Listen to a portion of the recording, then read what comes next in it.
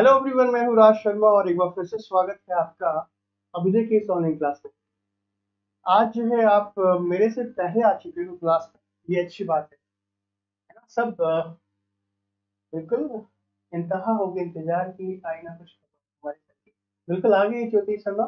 ठीक है, अब आ गए। आज आप सभी पहले आ चुके हो, यानी कि पहले मैं आता था, आज आप सभी आए। तो चलो, आज ईद की हॉलीडे नहीं है, कल होगी हॉलीडे। तो चलिए स्टार्ट करते हैं। ध्यान दीजिएगा गाइस, आज की ये जो क्लास है वो काफी इंपॉर्टेंट क्लास है आप सभी के लिए। आज के इस क्लास में मुझे लगता है कि बहुत सारे बच्चे आएंगे, कल की क्लास में कुछ कम थे। हाँ, जनरली अगर देखा जाए तो मैं मंगलवार से लेकर के शुक्रवार तक क्लास लेता हूँ, लेकिन कल मंडे को भी मेरी क्लास थी। आप में से बहुत सारे लोग जो थे वो हमारी क्लास में कल थे, बट शायद लोगों को नहीं पता था, इस कारण से बहुत लोग नहीं आए थे, तो उनकी क्लास कल वाली मिस हो चुकी है। तो कल वाली जो स्ट्रीमिंग है वो जाके जरूर देखिएगा, क्योंकि वो इम्पोर्टेंट है। तो आज हम क्या बात करने वाले हैं? गुड आफ्टरनून, गुड आफ्टरनून, हाय। अच्छी बात है, आप सभी आ चुके हो। ठीक है, आज की ये जो क्लास है, ठीक है, ये भी बायोलॉजी पे बेस्ड है। ध्यान दीजिएगा, जैसा कि आपने देख लिया होगा कि बायोलॉजी की ये जो बायोटेक्नोलॉजी की जो है तीसरी क्लास है आपकी। आज की इस क्लास में हम क्या करेंगे? आप आ जाओ, सभी आ चुके। गुड आफ्टरनून आप सभी। आज की इस क्लास में हम क्या करेंगे ये मैं आपको बता देता हूँ, लेकिन मैं आपको सबसे पहले ये बताऊं कि आज की जो क्लास है वो काफी इंपॉर्टेंट है। वो मतलब क्या ही बताऊं, चलो बता देता हूँ आज किस टॉपिक से स्टार्ट करने वाले हैं हम। आज का ये जो टॉपिक है वो है स्टेम सेल। नाम सुना स्टेम सेल का? स्टेम सेल का नाम सुना? स्टेम सेल क्या है, कितने प्रकार के होते हैं, कहाँ से प्राप्त करते हैं, और क्या क्या फंक्शन है इसका। आपके मन में जितने भी सवाल हैं स्टेम सेल को लेकर के, आप अपनी कॉपी में नोट डाउन कर लें। ठीक है, और जैसे जैसे मैं बताता रहूं, पहले आप उसे सुने। जब मैं पूरी तरीके से स्टेम सेल बता दूंगा, फिर मैं आपसे क्वेश्चन पूछूंगा। ठीक है, तब आप मुझसे क्वेश्चन पूछा स्टेम सेल के बारे में। ध्यान दीजिएगा कि स्टेम सेल जैसे जैसे मैं बताते जा रहा हूँ, आपके मन में जो भी सवाल है आप नोट डाउन करते जाए। ठीक है, और अगर लगा कि हाँ मैं आपको आंसर पहले ही दे चुका हूँ क्लास में, तो मतलब उस क्वेश्चन को आप काट लेना। तो चलिए स्टार्ट करते हैं आज के इस क्लास को। स्टेम सेल आखिर होता क्या है? स्टेम सेल से पहले हम एक बार ये जानते हैं कि हमारी लाइफ स्टोरी क्या है। भाई अगर देखा जाए, आप इस फिगर को देखो। अब इस फिगर में आप दो चीज देख रहे हो, दो फिगर को देख रहे हो। एक पहला आप देख रहे हो ये बेबी, ये एक पूरा का पूरा अडल्ट, देख रहे हो एक्स व्यक्ति। और यहाँ पे जो देख रहे हो, यहाँ पे देख रहे हो एक स्पर्म है,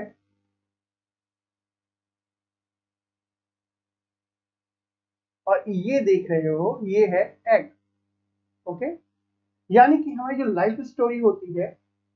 okay, sorry sorry, volume low है बिल्कुल फातिमा।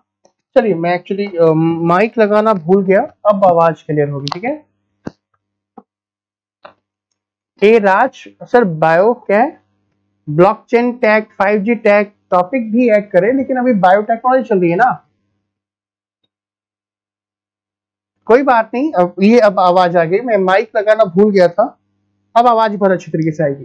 तो देखो, लाइफ स्टोरी की बात करें, और ध्यान दीजिएगा आज जो है आज की क्लास में आवाज होना बहुत जरूरी है, और बिल्कुल नेटवर्क होना भी बहुत जरूरी है, क्योंकि काफी इंपॉर्टेंट है स्टेम सेल। आज जो स्टेम सेल है वो प्रॉपर तरीके से, मतलब पूरे डिटेल में हम डिस्कस करेंगे, एक एक पॉइंट को देखेंगे। ठीक है, और किस तरीके से हम इसको इंटरलिंक करेंगे वो भी आज देखेंगे। चला जाए, ठीक है। देखो, तो अगर हम अपने लाइफ स्टोरी की बात करें, तो लाइफ स्टोरी हमारी स्टार्ट होती है स्पर्म से और एग से। तो अब ये जो स्पर्म है और ये जो एग है, ये जब आपस में फर्टिलाइज करते हैं तो एक सिंगल सेल का निर्माण होता है, जिसे आप जायगोट कहते हो। यही जायगोट धीरे धीरे मल्टी सेल में चेंज हो जाता है। मल्टी सेल का मतलब बहु कोशिका में चेंज हो जाता है, और धीरे धीरे ये एक कोशिकाओं का एक लड्डू सा बन जाता है, एक गोला सा बन जाता है। ओके, और इस तरीके से जो भ्रूण तैयार होता है इस कुछ कोशिकाओं के गुच्छे से, बंच ऑफ सेल से। ठीक है, भ्रूण के बाद बेबी, और बेबी के बाद ये पूरी की पूरी बॉडी तैयार हो जाती है। इसे हम कहते हैं लाइफ स्टोरी। ठीक है, किसी भी एक मनुष्य का जो एक जीवन काल होता है वो स्पर्म से स्टार्ट, एक स्पर्म और एक एग जब आपस में फर्टिलाइज करता है, वहां से स्टार्ट होने के बाद ये पूरे तरीके से, ये जो साइकिल देख रहे हो, ये 9 मंथ का साइकिल है। 8 मंथ कुछ डेज भी बोल सकते हो, कुछ वीक भी बोल सकते हो, और लास्ट में ये जो हमारी ह्यूमन बॉडी। तो गाइस ये एक लाइफ स्टोरी है। अब मैं लाइफ स्टोरी क्यों बता रहा हूं, उसके पीछे एक रीजन है। वो रीजन क्या है, देखो अभी देखो, ये तो लाइफ स्टोरी की बात कर ली, हम बात कर लेते हैं वापस स्टेम सेल के बारे में कि सर आप स्टेम सेल बताए थे, वापस स्टेम सेल पे आ जाइए। तो देखो स्टेम सेल, इन स्टेम सेल की बात करें तो पीडीएफ क्लास में प्रोवाइड करवा देना, कोर्स के बाद ड्राइव लिंक कोशिश करूंगा विनय। तो देखो स्टेम सेल की बात करें तो स्टेम सेल बेसिकली एक ऐसी कोशिका होती है, एक ऐसी सेल होती है जिसके अंदर में एबिलिटी होती है, क्षमता होती है हमारे शरीर के विभिन्न विभिन्न प्रकार के कोशिकाओं को जन्म देने की। आप देख रहे हो ये जो है ये एक प्रकार का स्टेम सेल है, ठीक है। और इस स्टेम सेल से हम हमारी बॉडी के जितने भी सेल हमारी बॉडी में होते हैं उससे हम क्या कर सकते हैं, हम अलग अलग सेल का निर्माण कर सकते हैं। देखो एक स्टेम सेल हो गया, ये अब अपनी कॉपी कर रहा है स्टेम सेल, और साथ में क्या कर रहा है, अलग अलग प्रकार की कोशिकाओं का भी निर्माण कर रहा है। मतलब स्टेम सेल के अंदर में क्या होती है, एक क्षमता होती है कि वो खुद की कॉपी कर सके, यानी कि एक कोशिका के अंदर में खुद की कॉपी करने की क्षमता होती है, तथा साथ में स्टेम सेल से हम शरीर के विभिन्न विभिन्न कोशिकाओं को भी, जैसे मसल सेल, नर्व सेल, वो क्या कर सकते हैं, बना सकते हैं, ठीक है।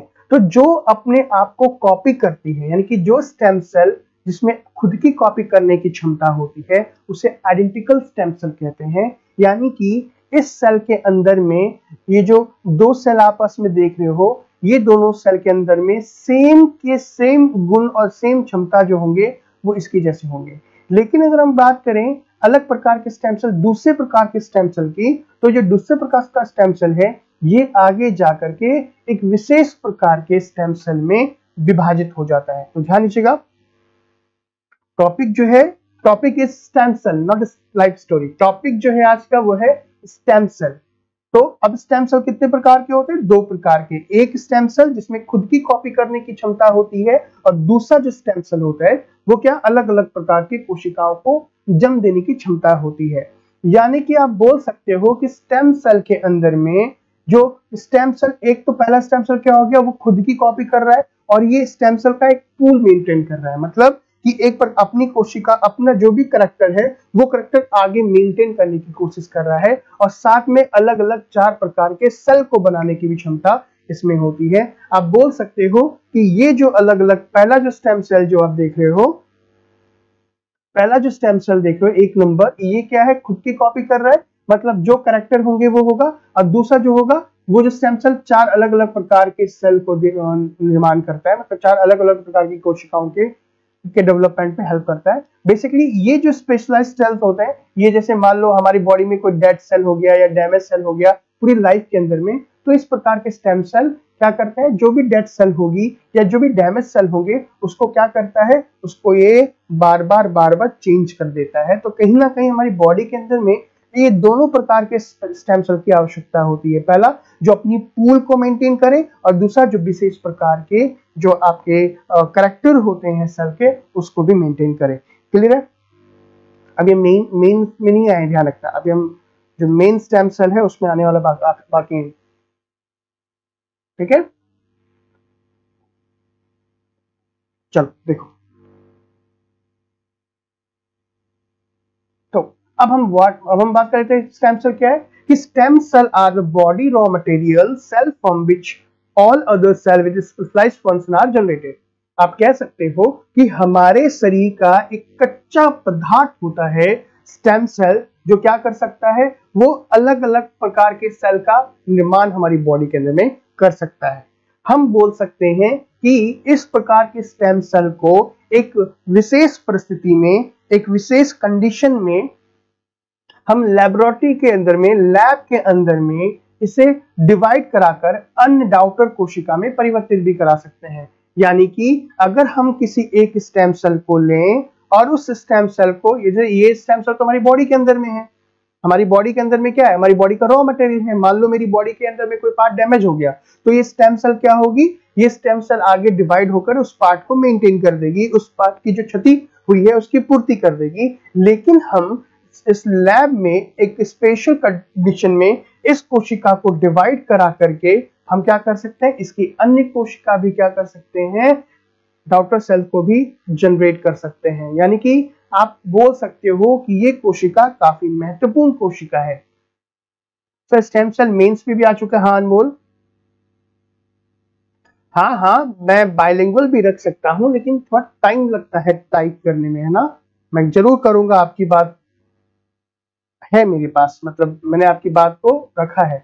गाइस ध्यान रखना गाइस कि ये जो डॉटर सेल जो बनेंगे, this daughter cell either become new stem cell और बिकम स्पेशलाइज्ड सेल। यानी कि जो भी डॉटर सेल हमने एक सिंगल सेल से जो भी क्या किया, हमने डॉटर सेल बनाई, यानी कि एक कोशिका जो दूसरी कोशिका में परिवर्तित हो गई, एक कोशिका दो कोशिका में विभाजित हो गई। मेरी बात ध्यान से सुनेंगे, मैं ऐसे समझाता हूं आपको कि जैसे कि ये एक स्टेम सेल है, okay.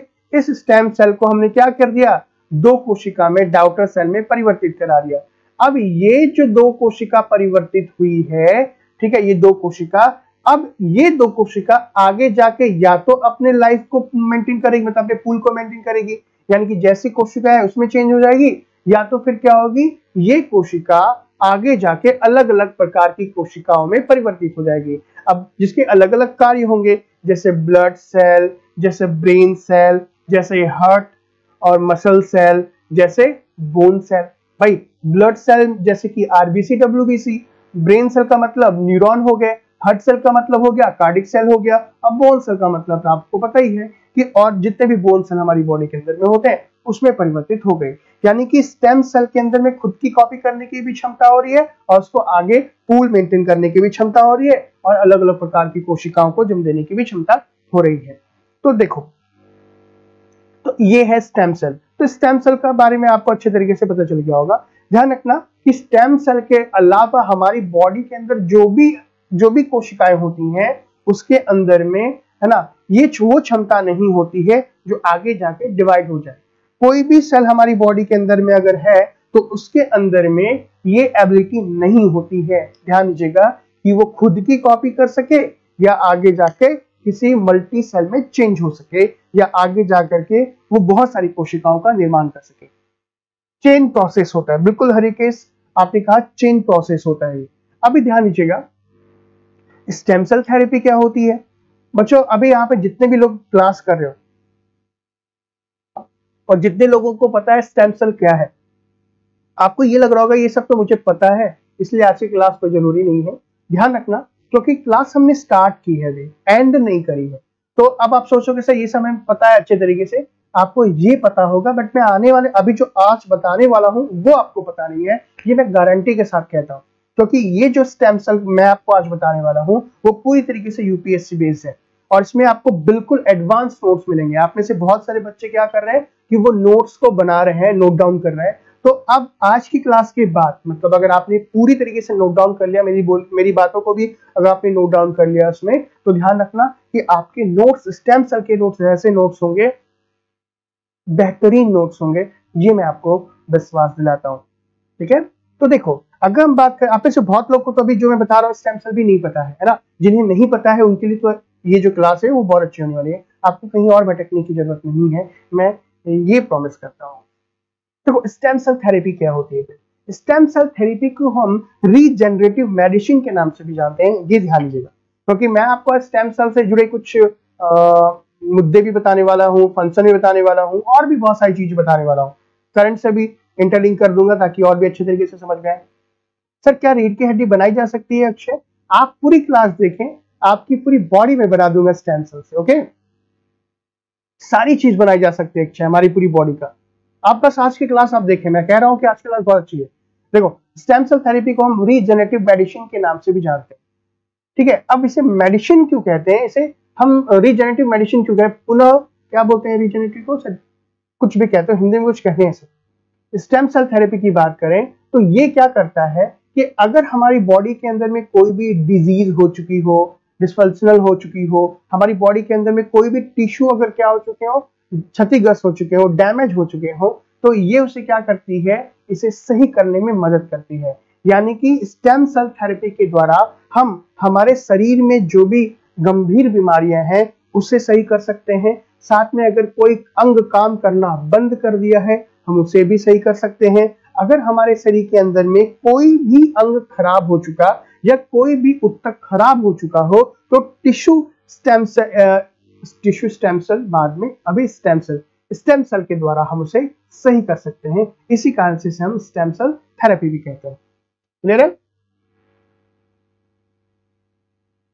Thank you so much रचना, उपेंद्र। चलो थैंक यू सो मच। अभी देखो स्टेम सेल थेरेपी की बात करें तो अभी स्टेम सेल थेरेपी क्या आपके मन में सवाल आ रहा होगा, सर क्या कभी इसका यूज हुआ है? हाँ, मैं आपको बता दूं कि भी हाल ही में एक मुंबई एक हॉस्पिटल में, ठीक है, एक बेबी बॉय, एक छोटा सा बच्चा जो जन्म लेने के साथ उसे प्रॉब्लम आ गई लंग्स में। उसका जो लंग्स था बच्चे का वो क्या हो गया, खराब हो रहा था। तो डॉक्टरों ने क्या किया कि 40 मिलियन स्टेम सेल को उनके लंग्स में डाल दिया ताकि ये देखने के लिए कि वो काम कर रहा था कि नहीं करा। अब जैसे ही हमने इसके अंदर ये जो स्टेम सेल डाला और अब बिलीव कीजिएगा कि वो स्टेम सेल उसके लंग्स को जाकर के पूरी तरीके से रिपेयर कर दिया। जहां उस बच्चे के जीने की संभावना बिल्कुल भी नहीं थी, आज वो बच्चा पूरी तरीके से स्वस्थ है और उसके लंग्स आज काम कर रहे हैं। तो अब ये जो स्टेम सेल था, जो डॉक्टरों ने उस बच्चे के शरीर में 40 मिलियन जो स्टेम सेल डाले, वो जो स्टेम सेल था उसे हम क्या बोलेंगे, उसका नाम एक विशेष प्रकार का स्टेम सेल था जिसे हमने क्या कहा, मेसेनकाइमल स्टेम सेल थेरेपी। ध्यान रखिएगा गाइस, ये जो मेसेनकाइमल स्टेम सेल है ये क्या होती है ये भी मैं आपको बताऊंगा। पहले हम बेसिक से जानने पहले, है ना। उन्होंने कौन सा ये जो एक्सपेरिमेंट किया था, उन्होंने जो डाला बच्चे के शरीर में कितना 40 मिलियन मेसेनकाइमल स्टेम सेल डाला। ये नोट डाउन करने की जरूरत है क्योंकि पेपर में क्वेश्चन आ सकता है। दूसरा, ये जो स्टेम सेल थे वो एडल्ट स्टेम सेल थे और ये डिफरेंट थे एम्ब्रियोनिक स्टेम सेल से, और ये केवल और केवल एक्सपेरिमेंटल बेसिस पे किया गया था, यानी कि एक प्रयोग किया गया था। अब यहाँ पे देखो 2-3 बातें आपको अभी यहाँ पे समझने की जरूरत है कि सर अभी आपने बताया कि एडल्ट स्टेम सेल और एम्ब्रियोनिक स्टेम सेल, ये एडल्ट स्टेम सेल क्या होते हैं, एम्ब्रियोनिक स्टेम सेल क्या होते हैं, घबराने की जरूरत नहीं है, मैं आपको बड़े अच्छे तरीके से बताऊंगा। लेकिन मैं जो बोल रहा हूँ ध्यान से सुनिएगा। Thank you so much Manjit, मेरी बात ध्यान से सुनेगा। मैंने अभी एक बात कही कि जब ये जो मुंबई के अंदर में जो बच्चा था उसके लंग्स को रिपेयर करने के लिए डॉक्टरों ने 40 मिलियन स्टेम सेल डाला, और साथ में ये जो क्या था, एक्सपेरिमेंटल बेसिस था, यानी कि ये एक प्रयोगशाला थी, और यही हो गया इशू। यहीं पर इशू क्रिएट हो गया कि भाई साहब ऐसा कैसे कर सकते हैं आप। अब क्या है इशू, मैं बता दूं। इशू ये रहा कि बहुत सारे डॉक्टरों ने कहा, अरे अच्छा ये तो आपको पता होगा कि कोई भी अगर हम मेडिसिन का यूज करते हैं, कोई भी ट्रीटमेंट करते हैं, तो क्या उसका हम एक्सपेरिमेंट किसी जानवर पे या किसी भी इंसान पे कर सकते हैं? बिल्कुल नहीं कर सकते। तो आपको अच्छे तरीके से पता होगा कि आज का पहले अगर आप 10+2 में आपने अगर बायोलॉजी ली होगी तो पहले उसको मेढक को और छिपकली को बिल्कुल काटते थे। आजकल ये बैन है, आपको पता होना चाहिए। हम कोई भी मेडिसिन या कुछ भी हम किसी भी जानवर पे उसका ट्रीटमेंट नहीं कर सकते। हाँ बिल्कुल, ये तो एक्सपेरिमेंटल बेसिस था इंसान पे, लेकिन क्या ये सही था या गलत था? मैं तो बिल्कुल बोलूंगा कि ये बिल्कुल गलत था। यही इशू बन गया कि भाई कि आप स्टेम सेल थेरेपी का यूज कर रहे हैं अच्छे काम के लिए, लेकिन आपने उस स्टेम सेल की अभी पढ़ाई करी है नहीं। किसी भी कॉलेज ने या किसी भी संस्था ने अभी ये मंजूरी थोड़ी दे दी कि आप स्टेम सेल का यूज कर लो, बिल्कुल नहीं कर सकते। तो ये जो था ये एक्सपेरिमेंटल बेसिस था। हालांकि ये बच्चे की जान बच गई। अगर मान लो स्टेम सेल ये सक्सेस नहीं होता तो तब तो इस बच्चे की जान तो जा ही सकती थी। ठीक है, नेचुरल डेथ हो वो ठीक है, लेकिन कहीं ना कहीं अगर हम ये मेडिसिन, ये जो स्टेम सेल डाल रहे हैं और ये आर्टिफिशियल तरीके से हो रहा है, अगर इसमें जान चल जाती है तो फिर ये तो गलत ही बात है। डीएनए पे इफेक्ट पड़ता है, आप कह सकते हो, बहुत सारी चीजें हैं, विदाउट परमिशन नहीं कर सकते हैं। बिल्कुल यही बात जो है ये इसका इशू बन गया 2019 के अंदर में। और उसके बाद सरकार को जब ये बात पता चली तो सरकार ने भी कहा कि भाई ये तो पूरी तरीके से गलत है, थोड़ी बहुत तरीके से गलत नहीं है, पूरी तरीके से ये गलत है। इसलिए जो है मार्च 2019 के अंदर, मार्च 2019 के अंदर में यूनियन हेल्थ मिनिस्ट्री ने नोटिफाई किया, एक निर्देश दिया कि एक निर्देश बोल लो या एक रूल जो है वो लेके आए जिसका नाम था new drug and clinical trial rule 2019। अब इसके अंतर्गत क्या कर दिया गया, इसके अंतर्गत जो स्टेम सेल डिराइव्ड प्रोडक्ट होंगे, यानी कि जो भी स्टेम सेल की थेरेपी होगी वो एक न्यू ड्रग के रूप में यूज की जाएगी। मींस कि कोई भी डॉक्टर कोई भी डॉक्टर जो स्टेम सेल थेरेपी का यूज करना चाहता है उसे गवर्नमेंट से परमिशन लेनी पड़ेगी, गवर्नमेंट के पास परमिशन लेनी पड़ेगी। जैसे एग्जांपल की बात, मैं आपसे छोटी सी एग्जांपल की बात कहता हूं। जैसे मान लो कि आप सभी यहाँ पे जितने भी लोग अभी देख रहे हैं इस क्लास को, चाहे adult self form adult person, बताऊंगा इराज, आपको भी नॉलेज है मुझे पता है, बट कहीं ना कहीं आपसे ज्यादा मुझे नॉलेज है, इसलिए सुनिए आप, है ना, अच्छी बात है आपको भी नॉलेज है। तो मान लीजिए आप जितने भी मुझे देख रहे हो, क्या आप खुद की दुकान खोल के बैठ सकते हो दवाई की, डॉक्टरी की, कि भाई जिसके से भाई थोड़ी बहुत मान लो नॉलेज हो गई है कि यहाँ पे पैरासिटामोल का यूज क्या होता है, सेटाजिन का यूज क्या होता है, एमोक्सिसिलिन का यूज कहाँ होता है, ठीक है, एल्बेंडाजोल का यूज कहाँ होता है, तो आप सबको पता चल गया 50 से 60 दवाई का नाम, आप दुकान खोल के बैठ गए कि भाई फलाना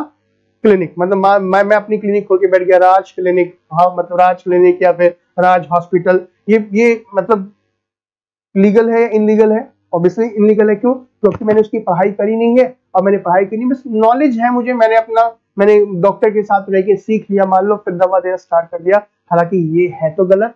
तो बस उसी तरीके से स्टेम सेल के बारे में जो भी लोग, वैज्ञानिक लोग काम कर रहे थे, तो काम कर रहे थे, नो डाउट उनको नॉलेज थी, लेकिन नॉलेज थी, उन्होंने की कहीं कॉलेज से तो पढ़ा नहीं कि स्टेम सेल यहाँ काम करेगी, उन्होंने तो एक्सपेरिमेंट ही किया, और एक्सपेरिमेंट किस पे कर दिया? इंसान पे कर दिया, बस यही उनसे भूल हो गई। तो गवर्नमेंट को जब इस भूल के बारे में पता चला तो उन्होंने क्या कर दिया, new drug and clinical trial rule 2019 जो है वो नोटिफाई कर दिया 2019 को, और इसके अंतर्गत क्या क्या दिया कि जो भी स्टेम सेल थेरेपी होगी उसको एक न्यू ड्रग, मतलब एक नई मेडिसिन के रूप में चिन्हित कर दिया गया, और ये कह दिया गया कि भाई जो भी डॉक्टर क्या करेगा, स्टेम सेल का यूज करेगा, उसे गवर्नमेंट से परमिशन लेनी पड़ेगी। ये था इशू। क्लियर है? हाँ बिल्कुल उपेंद्र, सही कह सकते हो सर, बट चूहों पर तो आज भी एक्सपेरिमेंट किया जाता है, क्योंकि उनका डीएनए काफी, नहीं ज्योति आपको पता होना चाहिए बच्चे कि जो चूहे हैं, चूहों पर भी एक्सपेरिमेंट अब बंद हो चुका है, ध्यान रखना। रफी, ऐसा क्यों रफी? नहीं, अच्छी बात है इराज, अच्छी बात है, सुनो आप, बहुत अच्छे तरीके समझ में आएगा मैंने क्या बोला। देखो स्टेम सेल मैंने बताया, स्टेम सेल थेरेपी क्या होती है, इशू क्या था। अभी यहाँ पे हम एक बात और, क्योंकि देखो यूपीएससी की प्रिपरेशन कर रहा है तो हर चीज को इंटरलिंक करना बहुत जरूरी है, तो अभी इसको हम और किस तरीके से इंटरलिंक कर सकते हैं एक बार देखो। हाँ बहुत एक्सपेंसिव है, नहीं डॉक्टर का लाइसेंस कैंसिल नहीं किया, बट एक रूल लगा दिया। अभी देखो ये clinical trial regulation in India, ये क्या है? अगर आप कभी अगर आपने पेपर देखा हो यूपीएससी का, तो आपने देखा होगा एंटीबायोटिक को लेकर के कुछ क्वेश्चन, मतलब एक क्वेश्चन आया था एंटीबायोटिक किस तरीके से काम करता है, या फिर एंटीबायोटिक के नुकसान क्या है। तो गाइस अगर आप एंटीबायोटिक पे कुछ लिख रहे हो तो कहीं ना कहीं आपको उसके रूल के भी बारे में पता होना चाहिए कि नहीं होना चाहिए। ये जो clinical trial regulation in India है, मैं आपको बताऊंगा, मेंस का क्वेश्चन लिखना कहीं भी चिपका देना, अगर लगे कि हेल्थ से संबंधित कोई भी चीज क्या आ रही है, मतलब कोई भी पेपर में कोई भी न्यूज आ गया, पेपर में अगर आपका क्वेश्चन आ गया तो उसमें छोटा सा पैराग्राफ जैसे डाल सकते हो, आपका जो क्वेश्चन आंसर बनेगा ना वो बहुत अच्छा बनेगा। तो ये clinical trial regulation in India क्या है, देखो गाइस, देखा जाए तो ये जो central drug standard control organisation CDSCO, ये जो है वो ministry of health and family welfare की तरफ काम करता है। ये क्या करता है, ये बेसिकली आपका जो भी स्टैंडर्ड ड्रग है, जो भी ड्रग है, मेडिसिन है, कॉस्मेटिक है, डायग्नोसिस है, या कोई भी डिवाइस है, ठीक है, उसके लिए क्या करता है, नियामक केंद्र है, समझ लो कि उसको क्या करता है, रेगुलेट करता है कि वो किस तरीके से काम करेगा या नहीं करेगा। या फिर आप बोल सकते हो कि इस पर कोई भी अगर ड्रग बन रही है तो वो ड्रग के साइड इफेक्ट क्या है, या ड्रग किस तरीके से काम कर रही है, कोई साइड इफेक्ट तो नहीं है, वो काम करेगा। कोई भी कॉस्मेटिक, जितने भी यहाँ पे गर्ल्स हैं, तो आप सभी नेल पॉलिश यूज करते होंगे, या फाउंडेशन यूज करते हैं, लिपस्टिक, क्रीम पाउडर, तो ये सभी जो हैं ध्यान दीजिएगा कि कोई भी कॉस्ट, ऐसा नहीं कि आप बोलो कि सर मुझे आयुर्वेदिक कॉस्ट, मुझे मेरे दादा के पास आयुर्वेदिक क्रीम बनाने का एक नुस्खा है, मैं बना लूंगा सबको बेचूंगा। नहीं भाई, आप बना तो लोगे लेकिन उससे परमिशन कौन देगी? सीबीएसई देगी। साथ में डायग्नोसिस, जितने भी आप डायग्नोसिस देखते हो, जैसे खून जांच हो गया, ठीक है, इसी तरीके से यूरिन टेस्ट हो गया, स्टूल टेस्ट हो गया, या जो भी आप, अगर आप सीटी स्कैन कराते हो, तो जितने भी डायग्नोसिस सेंटर है उसके भी, उसे भी कंट्रोल करेगा। या फिर जितने भी डिवाइस हैं, अभी बहुत सारे डिवाइस आजकल आ चुके हैं, ब्लड ग्लूकोज मापने की, बीपी नापने की। तो ऐसा थोड़ी कि मैं बना लूं उसे भेज दूं। बनाने के बाद क्या होगा, जो central drug standard control organisation है, ये देखेगी, ये आगे पास करेगी, तभी आपको क्या करेगा, ये आगे जाके मतलब मार्केट में आएगा। ठीक है। Who is the director of clinical trial regulation of India? ये बदलते रहते हैं, एक बार देख लेना अभी कौन है। अटेंडेंस टाइम क्या है, मतलब आकांक्षा नहीं समझे बच्चे? अभी देखो, अभी आगे हम और एक बार देखते हैं। गाइस ध्यान रखना कि ये क्या करता है कि जो भी, अगर मान लो जो भी नियम और कानून बने हैं, अगर उस नियम और कानून में कोई भी चीजें संशोधित करनी है, कुछ भी नए ड्रग को अप्रूव करना है, तो यही वो करेंगे। ओके। दूसरा, आप बोल सकते हो कि जो भी इसका जो मेन ऑब्जेक्टिव है, इसका central drug standard control organisation का, इसका जो मेन ऑब्जेक्टिव है वो क्या बोल सकते हो, जितने भी क्लिनिकल रिसर्च होते हैं, ठीक है, उस पर क्या करना, कंट्रोल करना। भाई क्लिनिकल रिसर्च का मतलब कि कोई भी, अगर मेडिकल के फील्ड में कोई भी रिसर्च हो रही है तो वो यही देखेंगी। चाहे कोरोना वैक्सीन हो, तो कोरोना वैक्सीन भाई बहुत सारे लोग बना रहे हैं, कोरोना वैक्सीन के बाद, बनाने के बाद ऐसे थोड़ी मार्केट में आ गए। हमारे इंडिया के अंदर में central drug standard control organisation क्या करेंगी, उन्हें देखेंगी। दूसरा, जो भी मार्केट, इनका मेन उद्देश्य क्या है कि इंडियन मार्केट में कोई भी अगर ड्रग आए, कोई भी मेडिसिन आए, वो पूरी तरीके से सेफ हो। तो कहीं ना कहीं अगर मान लो कोरोना वायरस पे कोई भी चीज आ गई कि किस तरीके से कंट्रोल करता है, तो वहां पे थोड़ा सा आप डाल सकते हो सेंट्रल ड्रग स्टैंडर्ड के बारे में। ध्यान रखिए, स्वास्थ्य से संबंधित कोई भी क्वेश्चन अगर आपके पास है, उसके आंसर में ये छोटा पॉइंट अगर आप डाल दोगे तो बहुत ही अच्छा आपका आंसर बनेगा। ध्यान दीजिएगा, ठीक है। Shruti, thank you so much sir. क्यों बच्चे? ठीक है। दूसरा देखो, the drug controller general of India, DCGI, ये बेसिकली क्या है, रिस्पॉन्सिबल है क्लिनिकल ट्रायल को क्या करने के लिए, परमिशन देने के लिए। ये जो आपका डीसीजीआई है, वो डी, ये जो देख रहे हो, ये जो डीसीजीआई है, ये इसके अंदर में काम करेगा। ओके, जो भी क्लिनिकल रिसर्च होते हैं, सॉरी सॉरी सॉरी,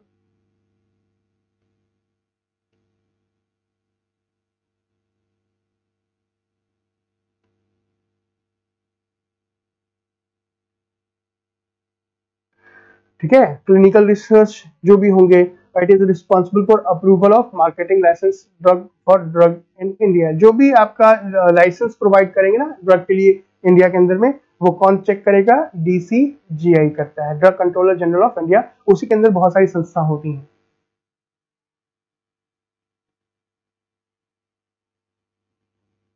क्लियर है? क्या हम क्लियर है, हम क्या आगे बढ़े? तो यहाँ पे ये जो ध्यान रखेंगे, क्लिनिकल ट्रायल ऑफ, जो क्लिनिकल ट्रायल रेगुलेशन इंडिया है, ये मैंने जो आपको बताया, आप इसको चाहे जैसे हिंदी में भी लिख सकते हो, मैंने आपको बता ही दिया है, और इंग्लिश में इसके नोट्स बना लेना जरूर से। और चाहे वो कोरोना वायरस पे हो, चाहे किसी पे भी हो, वैक्सीन पे हो, आप इसको वहां पे आंसर पे डाल सकते हो छोटे में करके, तो आपका जो आंसर होगा बहुत अच्छा सटीक सा बनेगा। हम बात कर रहे थे स्टेम सेल के बारे में, चलो हम वापस आ जाते हैं स्टेम सेल को। ठीक है, मैंने कहा था कि मैं आज आपको बहुत अच्छी नोट्स लिखवाने वाला हूँ, मतलब बहुत अच्छे तरीके से बताने वाला।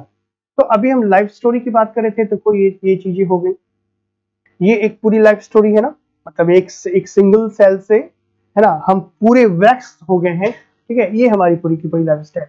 तो अब अगर देखा जाए तो स्टेम सेल से कहां से प्राप्त होता है, कहां कहां से स्टेम सेल लेंगे, तो ध्यान रखना, स्टेम सेल बेसिकली दो प्रकार के होते हैं। पहले स्टेम सेल को हम कहते हैं एम्ब्रायनिक स्टेम सेल। क्या बोलते हैं? Embryonic stem cell. और दूसरे को बोलते हैं टिश्यू स्टेम सेल। ध्यान दीजिएगा बच्चे, यू, ये क्या है एराज बच्चे, ये मेरा चैनल है, ध्यान दीजिएगा। ये जो एम्ब्रायनिक स्टेम सेल की बात कर रहे हैं, ये जो स्टेम सेल देखते हो ना, एम्ब्रायनिक स्टेम सेल, इसको हिंदी में कहते हैं भ्रूणीय स्तब्ध कोशिका। भ्रूणीय स्टेम सेल। आदन लेके आऊंगा, ड्रेन टेक्नोलॉजी भी लेके आऊंगा। पहले बायोटेक्नोलॉजी खत्म कर लो, फिर डिफेंस टेक्नोलॉजी हो जाएगी, तो डिफेंस टेक्नोलॉजी पढ़ाऊंगा, तब उसमें ड्रोन वाला पढ़ाऊंगा, है ना। ठीक है, ध्यान दीजिएगा, मैं फिर से कह रहा हूं कि पहला जो स्टेम सेल है वो कौन सा है, ये जो है आपका एम्ब्रियोनिक स्टेम सेल। दूसरा जो है वो है टिश्यू स्टेम सेल, इसे हिंदी में कहते हैं वयस्क कोशिका। स्टेम सेल ही बोलो ना, स्तंभ क्या मतलब है इतना, स्टेम सेल। ओहो, ठीक है, ये क्या हो गया, स्टेम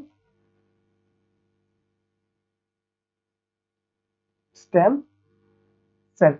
ध्यान दीजिएगा कि स्टेम सेल कितनी हो गई, दो प्रकार के हो गए। कौन कौन से हो गए, पहला एक नंबर में हो गया आपका एम्ब्रियोनिक स्टेम सेल। अब एम्ब्रियोनिक स्टेम सेल क्या होता है, ये सुनना मेरी बात गाइस। एम्ब्रियोनिक स्टेम सेल जो होता है उसे हम भ्रूणी बोलते हैं, भ्रूणी सब कोशिका कह लेंगे, भ्रूण से बना। तो जब एक सिंगल जब स्पर्म और एग फर्टिलाइज होता है तो उसके हर 12-12 घंटे के बाद ये डिवीजन होना स्टार्ट हो जाता है, ठीक है। तो अब एक कोशिका से लेकर दो कोशिका, दो से चार कोशिका, चार से बहुत सारी कोशिका, और एक समय कैसा आ जाता है, ठीक है। इस पर ये जो देख रहे हो 3 से 4 दिन, इस प्रोसेस यहां तक ये जो प्रोसेस है 3 से 4 दिन का टाइम लग गया इसमें। ये जो 3 से 4 दिन का टाइम लगा है, तो ये कोशिका जो बनी है, इस कोशिका को हम ब्लास्टोसिस कहते हैं। BLASTOCYST,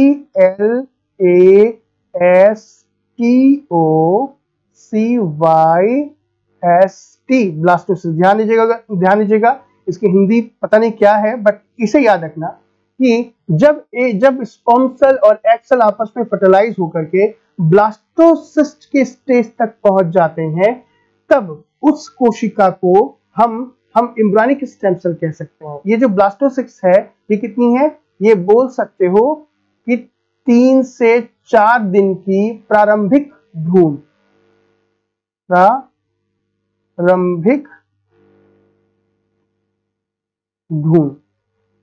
ओके, प्रारंभिक भ्रूण है, 3 से 4 दिन क्या बोल सकते हो। तो पहला स्टेम सेल हम कहां से लेंगे, इस ब्लास्टोसिस्ट से लेंगे। कौन सा, एम्ब्रियोनिक स्टेम सेल। इसे एम्ब्रियोनिक सेल को क्या बोलते हैं, फिर से ब्लास्टोसिस्ट कहते हैं। कितने से कितने, 3 से 4 दिन के जो भ्रूण होती हैं उसको हम कहते हैं ब्लास्टोसिस्ट।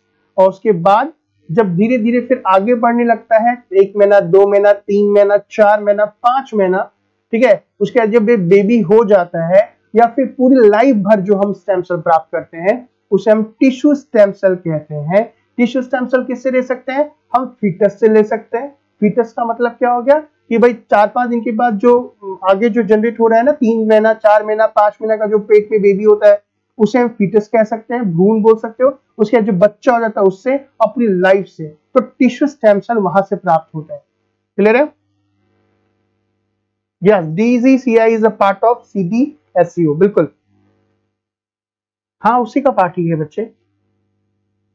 अभी मेरी बात ध्यान से सुनिएगा, स्टेम सेल को हमने दो तरीके से प्राप्त किया। पहला कहां से, कि जब पेट में जब स्पर्म सेल और एग सेल आपस में फर्टिलाइज हो गए, फर्टिलाइज होने के बाद 3 से 4 दिन तक जो वो क्या बना, जो भ्रूण बना, उसे ब्लास्टोसिस का, दूसरा टिश्यू स्टेम सेल। अब आप आगे बढ़ते हैं, ध्यान दीजिएगा।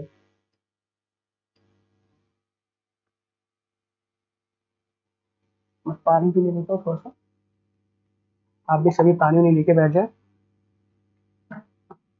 यहां तक समझ में आ रहा है, आप तो कमेंट भी करते रहे। तो चलो स्टेम सेल की बात कर रहे हैं। पहला एम्ब्रियोनिक स्टेम सेल क्या होती है। स्टेम सेल मैंने आपको बताया अभी, एकदम सेम वही है। देखो ध्यान दीजिएगा, ये देखो, ये हमने ब्लास्टोसिस ले लिया, क्या कहते हैं, बेजुगुआ कहते हैं, पता नहीं जो भी है, मुझे नहीं पता। ध्यान दीजिएगा, ये हमने स्टेम सेल ले लिया, ओके। स्टेम सेल कौन सा एम्ब्रियोनिक स्टेम सेल ले लिया। अब मैंने कहा कि भाई जो एम्ब्रियोनिक स्टेम सेल है, ये एम्ब्रियोनिक स्टेम सेल है, इसे हमने ब्लास्टोसिस कहा, ओके। अब देखो, इस ब्लास्टोसिस के अंदर में आपको बहुत सारे सेल्स दिखाई दे रहे होंगे, है ना। इस स्टेम सेल को ही हम इसी को हम स्टेम सेल कहते हैं। अब देखो, ये जो ब्लास्टोसिस है, इसके किनारे किनारे एक आप देख रहे हो ना, ये एक लेयर है। इस लेयर को हम क्या बोलते हैं, प्रोफेक्टोडर्म। क्या बोलते हैं, ट्रोफैक्टोडर्म कहते हैं, ध्यान दीजिएगा, इसे हम कहते हैं ट्रोफैक्टोडर्म। अब हम क्या करेंगे कि ये जो एम्ब्रायनिक स्टेम सेल है, ये जो एम्ब्रायनिक स्टेम सेल का जो ट्रोफैक्टोडर्म है, इसे हम कर लेंगे कट। क्या कर लेंगे इसे कर लेंगे हम कट। ये हो गया कट, कट हो जाए भाई, ठीक है, ध्यान दीजिएगा। अब यहाँ पे कट कर लिया। अब देखो यहाँ पे ये कितने सारे स्टेम सेल, ये रहा एम्ब्रायनिक स्टेम सेल, समझ में आ रहा है? ये एम्ब्रायनिक स्टेम सेल को हमने इस ब्लास्टोसिस से बाहर निकाल दिया। अब हम क्या करेंगे, इस ब्लास्टोसिस को अब हम कल्चर कराएंगे। क्या करेंगे? कल्चर करेंगे। Culture in lab to grow more cell. अब एक एक सेल को जब हम कल्चर करेंगे, इसमें न्यूट्रिशन डालेंगे, तो यहाँ पे मान लो 50 सेल है, तो 50 से कितनी सारी बन जाएगी कोशिका? अभी देखो मेरी बात ध्यान से सुनना, कल की क्लास में कौन कौन नहीं थे? अगर जो लोग नहीं थे तो कल की क्लास जरूर देखना, कल्चर वाले क्लास की। कल्चर किसे कहते हैं? टिश्यू कल्चर किसे कहते हैं ना सर? स्टेम सेल को एडल्ट बॉडी से कैसे ले सकते हैं रोहिणी, मैं आपको बताऊंगा। मैंने क्या कहा, आपके मन में जितने भी सवाल है पहले इसको कॉपी में लिख लो फटाफट, जो जो सवाल आ रहे हैं। जैसे मैं आपको पता है, जैसे मैं क्लास खत्म होती है मैं वहां पे आपसे क्वेश्चन पूछता हूँ कि आप बताओ क्वेश्चन क्या है। आपके मन में जो भी सवाल है वो मेरे बताने से पहले ही, मतलब आपके पूछने से पहले मेरी क्लास में ही सब क्लियर हो जाएंगे, ठीक है? कल्चर समझ में आ गया? कल मैंने क्लास में बताया था कल्चर, मैंने कहा था कि कल्चर बार बार यूज होगा। तो अब यहाँ पे जो कल्चर कराएंगे हम, और कल्चर करा के एक से बहुत से अधिक कोशिका बना लेंगे, और जब बहुत से अधिक कोशिका बना लेंगे तो जो भी उससे संबंधित अंग होगा वो बनना स्टार्ट हो जाएगा। क्लियर है? ये बताओ कि कल्चर सबको पता है या नहीं पता? किसको पता नहीं है कल्चर के बारे में? फटाफट लिखेंगे।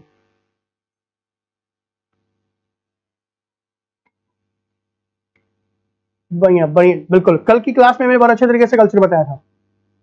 तो अभी हम क्या करेंगे, हम यहाँ पे ब्लास्टोसिस लेंगे और ब्लास्टोसिस को लेके कल्चर करा लेंगे। तो कल्चर से क्या होगा कि वो वापस से ब्लास्टोसिस में चेंज होगा और बहुत सारे ब्लास्टोसिस में चेंज हो जाएगा, और हमसे कोई भी अंग का निर्माण कर सकते हैं। क्लियर है? सबको सबको समझ में आ गया? साहिद ने कहा नो। बच्चे कल की क्लास पढ़ना होगा, कल की क्लास अगर आप कर लोगे आपको समझ में आ जाएगा। तो देखो यहां से हमने एम्ब्रायनिक स्टेम सेल ले लिया, ठीक है? तो एम्ब्रायनिक स्टेम सेल क्या है?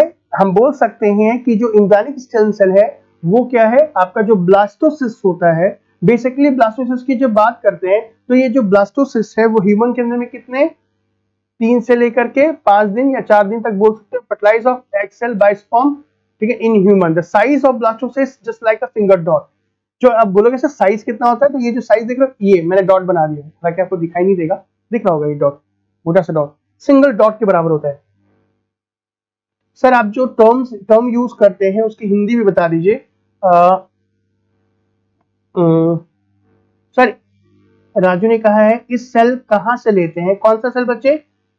बाबू यादव नहीं पता होगा, आप में से कल की क्लास जिनको पता है वो कर सकते हैं, कल की क्लास देख लेना।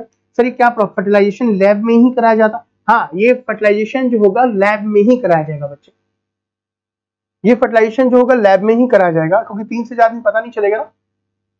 ये सब का सब जो फर्टिलाइजेशन होगा वो क्या होगा, इन वीवो होगा या इन विट्रो होगा? तो मैं बता दूं इन विट्रो होगा। यहाँ पे 2 वर्ड यूज किए, इन वीवो या इन विट्रो क्या है, तो वो कल वाली क्लास में बताऊंगा कि in vivo in vitro fertilisation क्या होता है। ध्यान दीजिएगा, ये समझ में आ गया कि एम्ब्रायनिक स्टेम सेल किसे कहते हैं? एम्ब्रायनिक स्टेम सेल समझ में आया? हाँ, जल्दी जल्दी बताते जाओ, ठीक है? सिंगल डॉट होता है, और इसी को हम क्या करेंगे, हम इसको कट करके लेबोरेटरी में उसको आगे और बहुत सारे सेल्स में डिवाइड कर लेंगे। टिश्यू स्टेम सेल क्या होता है? देखो, टिश्यू स्टेम सेल की जब हम बात करें तो टिश्यू स्टेम सेल बेसिकली हमारी बॉडी के जितने भी सेल्स होते हैं बॉडी के अंदर में, हम उन सभी से क्या कर सकते हैं, टिश्यू स्टेम सेल ले सकते हैं। आप बोल सकते हो ये जो टिश्यू स्टेम सेल है, इस टिश्यू स्टेम सेल को हम क्या बोलेंगे बच्चे? इसको हम सोमैटिक स्टेम सेल भी कह सकते हो, ठीक है? ये थोड़ी सी अधिक स्पेशलाइज्ड होती है एम्ब्रायनिक स्टेम सेल से। इससे हम कोई भी अलग अलग प्रकार के हम सेल को बना सकते हैं, अलग अलग प्रकार की कोशिकाओं को बना सकते हैं, और अलग अलग प्रकार के बॉडी के पार्ट्स को बना सकते हैं। ध्यान दीजिएगा, अगर आप एम्ब्रायनिक स्टेम सेल की बात करें तो एम्ब्रायनिक स्टेम सेल से हम पूरी की पूरी बॉडी तैयार कर सकते हैं, लेकिन टिश्यू स्टेम सेल की बात करें तो उससे हम पूरी बॉडी तैयार नहीं कर सकते हैं। अब बोलोगे सर कैसे? देखो एक बार ध्यान दीजिएगा यहाँ पे,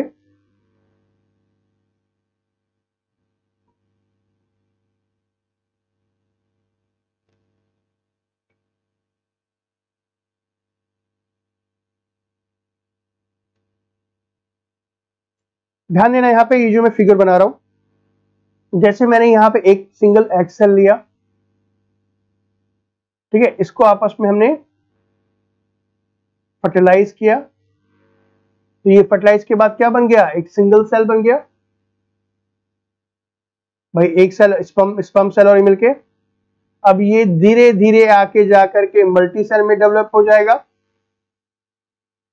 और मैं डायरेक्ट यहां पे बना लेता हूं एक पूरा ब्लास्टोसिस्ट। ये बन गया ब्लास्टोसिस्ट।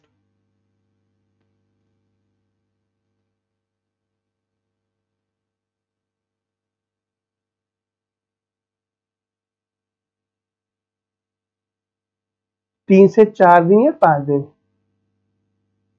अब हमने इसको काट करके इसके एक एक कोशिका को बाहर निकाल दिया।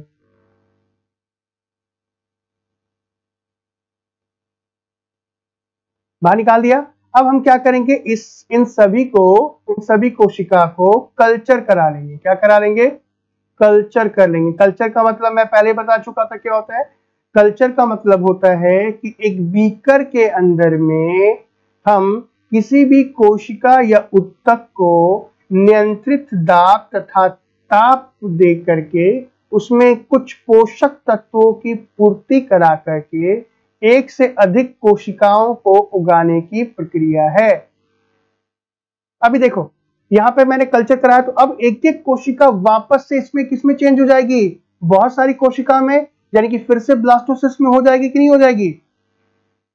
भाई साहब, एक कोशिका से पहले हमने एक सिंगल सेल से हमने कितने प्रकार की कोशिका को बनाया, पहले एक ब्लास्टोसिस्ट बनाया, फिर हमने उस ब्लास्टोसिस्ट के एक एक स्टेम सेल को निकाल करके कल्चर कर लिया, और कल्चर करने के बाद देखो यहाँ पे कितने सारे भ्रूण बना लिए वापस से। ये वापस से एम्ब्रायो बन गया ना, कौन सा भ्रूण बन गया, ये वापस से ब्लास्टोसिस्ट बन गया। मतलब कि अब इतने सारे भ्रूण का उपयोग हम कहां करेंगे। मान लो कि ये जो ब्लास्टोसिस्ट की बात अभी कर रहे थे, तो ये ब्लास्टोसिस्ट जो है हमने एक ब्लास्टोसिस्ट से यहाँ पे कितने बहुत सारे ब्लास्टोसिस्ट बना लिया, यानी कि अब अगर हम इस ब्लास्टोसिस्ट को वापस किसी भी माँ के पेट में जाएंगे तो ये पूरा का पूरा एक बेबी बनेगा कि नहीं बनेगा।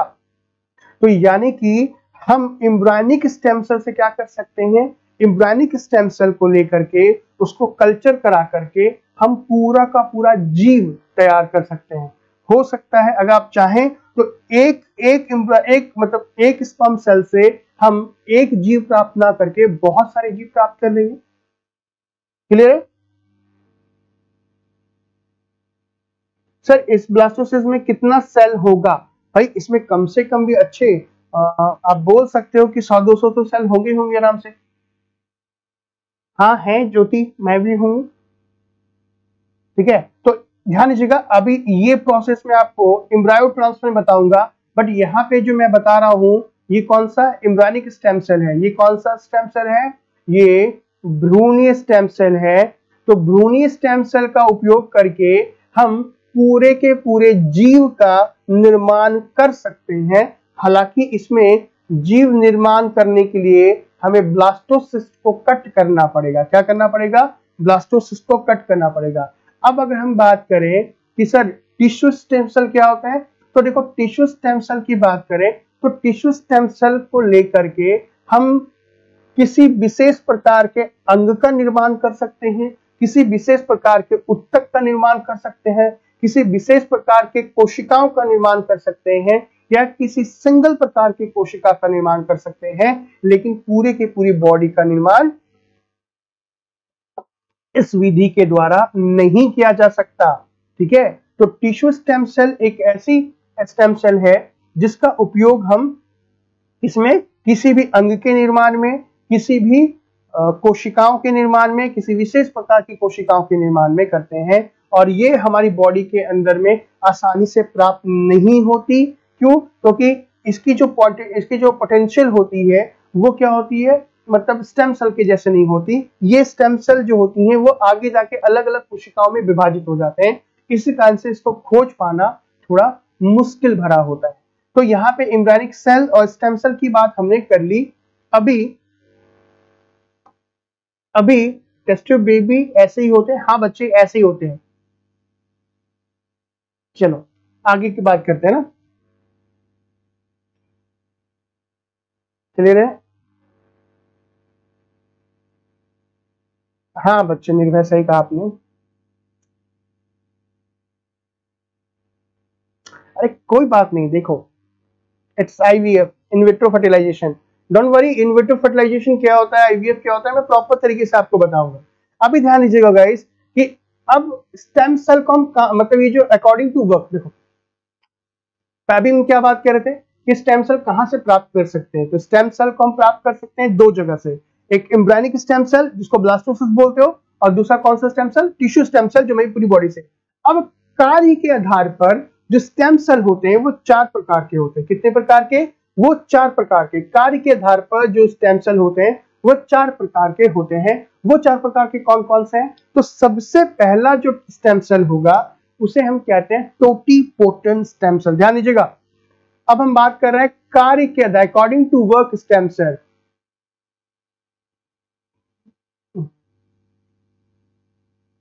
हम बात कर रहे हैं किसके आधार पर? कार्य के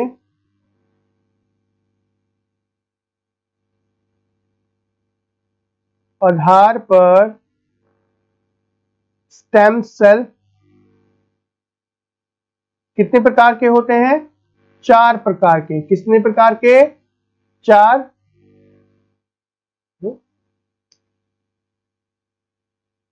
प्रकार के।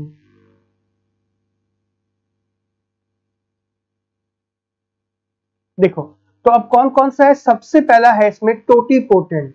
यहाँ पे टोटिपोटेंट का मतलब क्या होगा? टोटल पोटेंशियल, मतलब कि पूरी तरीके से सक्षम।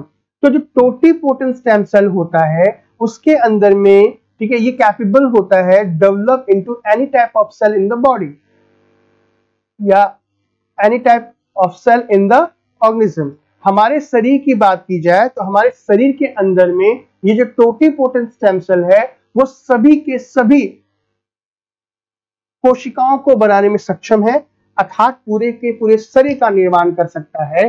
तो अब अगर पूरे शरीर का निर्माण कर सकता है तो क्या मैं इस टोटिपोटेंट स्टेम सेल को बोल सकता हूं कि ये कहां से प्राप्त होगा?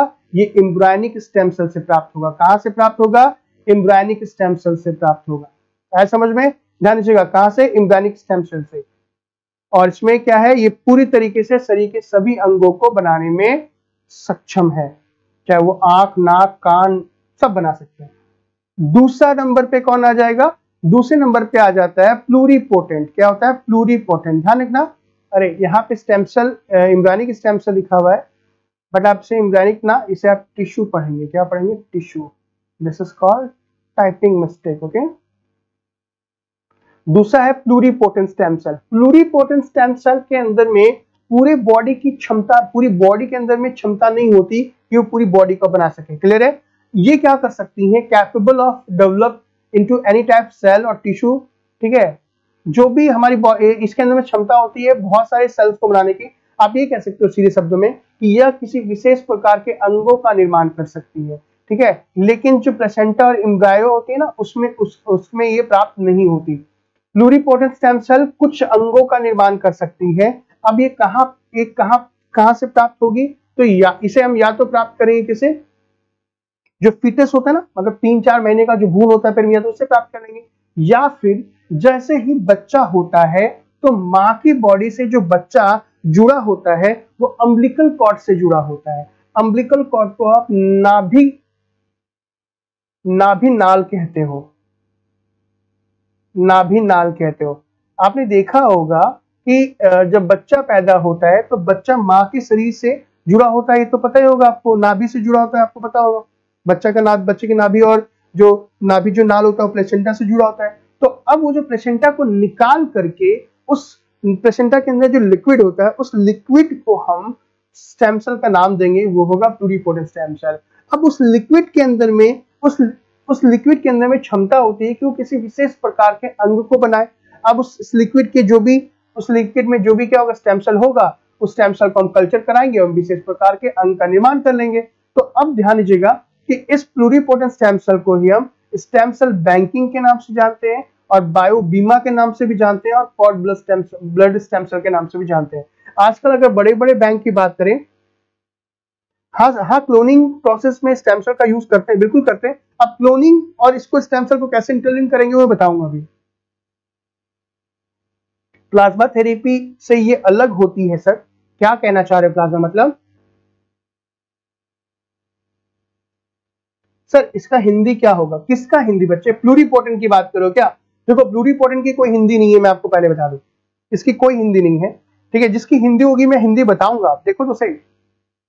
तो अब क्या हो रहा है कि जो बच्चा अपनी माँ से जुड़ा है नाभि नाल के द्वारा, उस नाभि नाल के द्रव को हम क्या करेंगे? स्टोर कर देंगे, इसे फ्रीज कर देंगे। और मान लो कल को बच्चा बढ़ते बढ़ते बढ़ते बढ़ते 20 साल 25 साल की उम्र में मान लो उसकी किडनी खराब हो गई, उसकी लिवर में कोई प्रॉब्लम आ गई, या उसके किसी विशेष अंग में कोई प्रॉब्लम आ गई, तो इन फ्यूचर में हम स्टेम सेल बैंकिंग, यानी कि ये जो स्टेम सेल हमने प्लूरीपोटेंट स्टेम सेल को बैंक में जमा किया था, है ना, उस द्रव को निकालेंगे, उसमें स्टडी करेंगे, कल्चर करेंगे और उस विशेष प्रकार के अंग का निर्माण करके वो अंग जो होगा उसकी बॉडी के अंदर में हम डाल देंगे। तो कहीं ना कहीं इसी कारण से इसे प्लूरीपोटेंट को हम क्या बोलते हैं? स्टेम सेल बैंकिंग के नाम से भी जानते हैं या बायो बीमा के नाम से भी जानते हैं। तो आप सभी के लिए मेंस का एक क्वेश्चन है, आप उसे लिखेंगे कि स्टेम सेल बैंकिंग क्या होती है, और मिनिमम 100 शब्दों में लिखेंगे और मैक्सिमम कितने शब्दों में लिखेंगे? 200 शब्दों में लिखेंगे, ठीक है। अब बायो बीमा क्या है या स्टेम सेल बैंकिंग क्या है,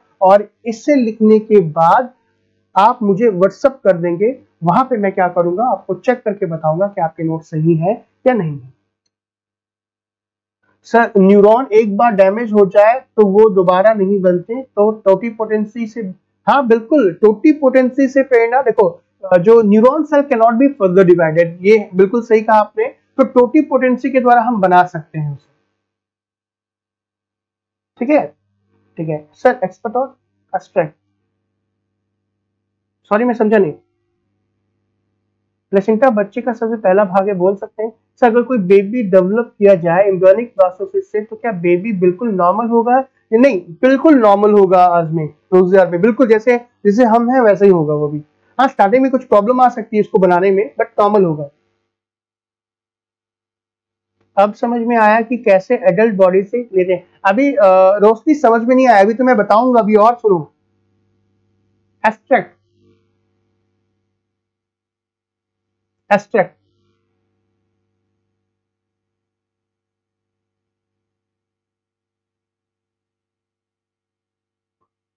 ओके ओके ओके, मैं समझ गया, समझ, यहाँ पे बोल रहे हो क्या? ठीक है ठीक है, समझ गया समझ गया, समझ में आ गया, समझ में आ गया। चलो, बताया तो था, लिख लो, फिर से लिख लो। 8302237455, ओके, इस पे कर देना आप, ये नंबर देख लो। तो क्लियर है गाइस? क्लियर है? तो अब ध्यान दीजिएगा गाइस, हम बात कर रहे थे प्लूरिपोटेंट स्टेम सेल के बारे में, और यहाँ पे आपको क्या करना है? स्टेम सेल बैंकिंग के बारे में लिखना है। तो आप बोल सकते हो जो प्लूरिपोटेंट स्टेम सेल है वो क्या कर सकता है? आपके शरीर के विशेष प्रकार के अंगों का निर्माण कर सकता है। हाँ नीलम समझ गया मैं, yes yes yes. Sir pluripotent कहां से लिया जा सकता है? हाँ, ये जो लेयर जो प्लूरिपोटेंट स्टेम सेल है, ये हम कहां से लेंगे? नाभि नाल द्रव से लेंगे, जो बच्चा और मां नाभि नाल से जुड़े होते हैं ना, उससे लेंगे। तो चलो अगला सवाल, अगला देख लेते हैं, अगला कौन सा है? अगला स्टेम सेल जो होगा वो है ओलिगोपोटेंसी। ओलिगोपोटेंसी बोल लो या उसे मल्टीपोटेंट बोल लो। ध्यान दीजिएगा, ध्यान दीजिएगा कि अगला जो है वो है मल्टीपोटेंट। मल्टीपोटेंट को हम ओलिगोपोटेंट्स के नाम से भी जानते हैं। अब जैसे कि हमने प्लूरिपोटेंट स्टेम सेल से क्या किया था? हमने पूरे पूरे अंगों का निर्माण, पूरे के पूरे अंग का निर्माण किया था, या पूरे के पूरे ऑर्गन का निर्माण किया था? प्लूरिपोटेंट से हमने किसी विशेष प्रकार के अंग का निर्माण किया था, ऑर्गन का निर्माण किया था, ठीक है, पूरी बॉडी का नहीं। वैसे अंग तो शायद पूरी बॉडी को भी कहते हैं क्या? Organ, body. तो देखो मल्टीपोटेंट स्टेम सेल जो होगा वो भी एक प्रकार का टिश्यू स्टेम सेल है, इसे हम पूरा का पूरा शरीर तो बना नहीं सकते, हम इससे क्या कर सकते हैं, कुछ विशेष प्रकार के कोशिकाओं का निर्माण कर सकते हैं। हाँ सर, हाँ, इसको प्रिजर्व किया जा सकता है, इसको प्रिजर्व करके हम 200-300 साल तक भी रख सकते हैं लिक्विड नाइट्रोजन के अंदर में, है ना। ये सब जैसे स्पर्म स्टोर करते हैं इसी तरीके से कर सकते हैं इसको। तो मल्टीपोटेंट स्टेम सेल क्या होता है गाइस, कि इसके अंदर में कुछ मल्टीपल स्पेशलाइज्ड सेल जो हमारी बॉडी के अंदर में होते हैं, विशेष प्रकार के टिश्यू ऑर्गन के अंदर में होते हैं, हम उसको बना सकते हैं। तो अगर आप बात करें एडल्ट स्टेम सेल के बारे में, तो हमारी बॉडी में जो एडल्ट स्टेम सेल है, वो एडल्ट स्टेम सेल कौन होगा, वो मल्टीपोटेंट बहुत ज्यादा होता है। अब बोलोगे सर एग्जाम्पल की बात बोल सकते हो, हाँ बता सकता हूँ, आरबीसी और डब्ल्यूबीसी। तो मल्टीपोटेंट स्टेम सेल से हम क्या कर सकते हैं, हमारी बॉडी के कुछ विशेष प्रकार के कोशिकाओं का निर्माण संभव है, जैसे डब्ल्यूबीसी और आरबीसी। तो अब इसे कहां से लेंगे हम, अब इसे प्राप्त करने का है कि जो मल्टीपोटेंट स्टेम सेल होता है, इसे प्राप्त करने का जो स्थान है वो है बोन मैरो। बोन मैरो समझ में आता है, हमारी हड्डी के बीच में जो एक ब्राउन ब्राउन सा पदार्थ होता है उसे बोन मैरो कहते हैं, ठीक है। व्हाइट बोन मैरो भी होता है, रेड बोन मैरो भी होता है, ठीक है। तो बोन मैरो जो होता है, आपने सुना होगा बोन मैरो ट्रांसप्लांट हो रहा है। तो बोन मैरो ट्रांसप्लांट जो होता है वो बेसिकली मल्टीपोटेंट स्टेम सेल ही होता है, जो आरबीसी डब्ल्यूबीसी के निर्माण में काफी हेल्प करता है। हालांकि जो अभी ये जो अब मैं बता रहा हूँ आपको, ये बोन मैरो ट्रांसप्लांट ये थोड़ा महंगा है और उतना सक्सेस नहीं है। आने वाले समय में इसको हम अच्छे तरीके से सक्सेस कर पाएंगे, ठीक है। तो मल्टीपोटेंट स्टेम सेल कहां से प्राप्त करते हैं, बोन मैरो से प्राप्त करते हैं। इसे क्या कर सकते हैं, कुछ विशेष प्रकार की कोशिकाओं जैसे आरबीसी और डब्ल्यूबीसी का निर्माण संभव है। और उसके बाद लास्ट में चौथे नंबर पे हम आते हैं, जिसका नाम है यूनिपोटेंट। ध्यान दीजिएगा कि यूनिपोटेंट स्टेम सेल क्या होता है, ये एक बहुत लीस्ट पोटेंशियल होता है, मतलब बहुत कम पोटेंशियल वाला होता है। इससे केवल हम एक प्रकार की कोशिका का निर्माण कर सकते हैं, सिंगल प्रकार के सेल का निर्माण कर सकते हैं, बहुत लिमिटेड टाइप के सेल का निर्माण कर सकते हैं। ये बेसिकली क्या होगा, इसे हम प्राप्त करेंगे मसल से, जो हमारी स्किन है। आप बोल सकते हो कि स्किन को हम डेवलप कर सकते हैं यूनिपोटेंट स्टेम सेल से। तो आने वाले समय में अगर मान लो किसी को प्लास्टिक करवानी है, मतलब जो आपके चेहरे पे प्लास्टिक सर्जरी करवानी है, तो वहां का स्टेम सेल लेके कल्चर कराएंगे और उसके वहां की स्किन को हम बना लेंगे। तो मेरी बात ध्यान से सुनेगा, हमने यहाँ पे अभी फिलहाल जो स्टेम सेल के 4 प्रकार की बात कर रहा था, कौन कौन से stem cell, totipotent stem cell, और उसके बाद pluripotent stem cell, unipotent stem cell, ये सभी बता दिया। क्या समझ में आया या नहीं आया?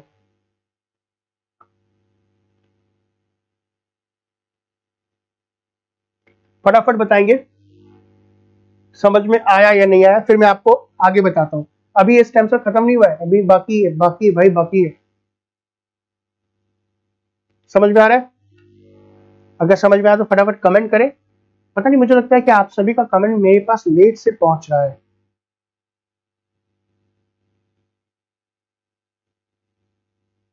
मैं फोन में भी चेक कर लेता हूं। So bone marrow is present in every bone या ओनली बैकबोन?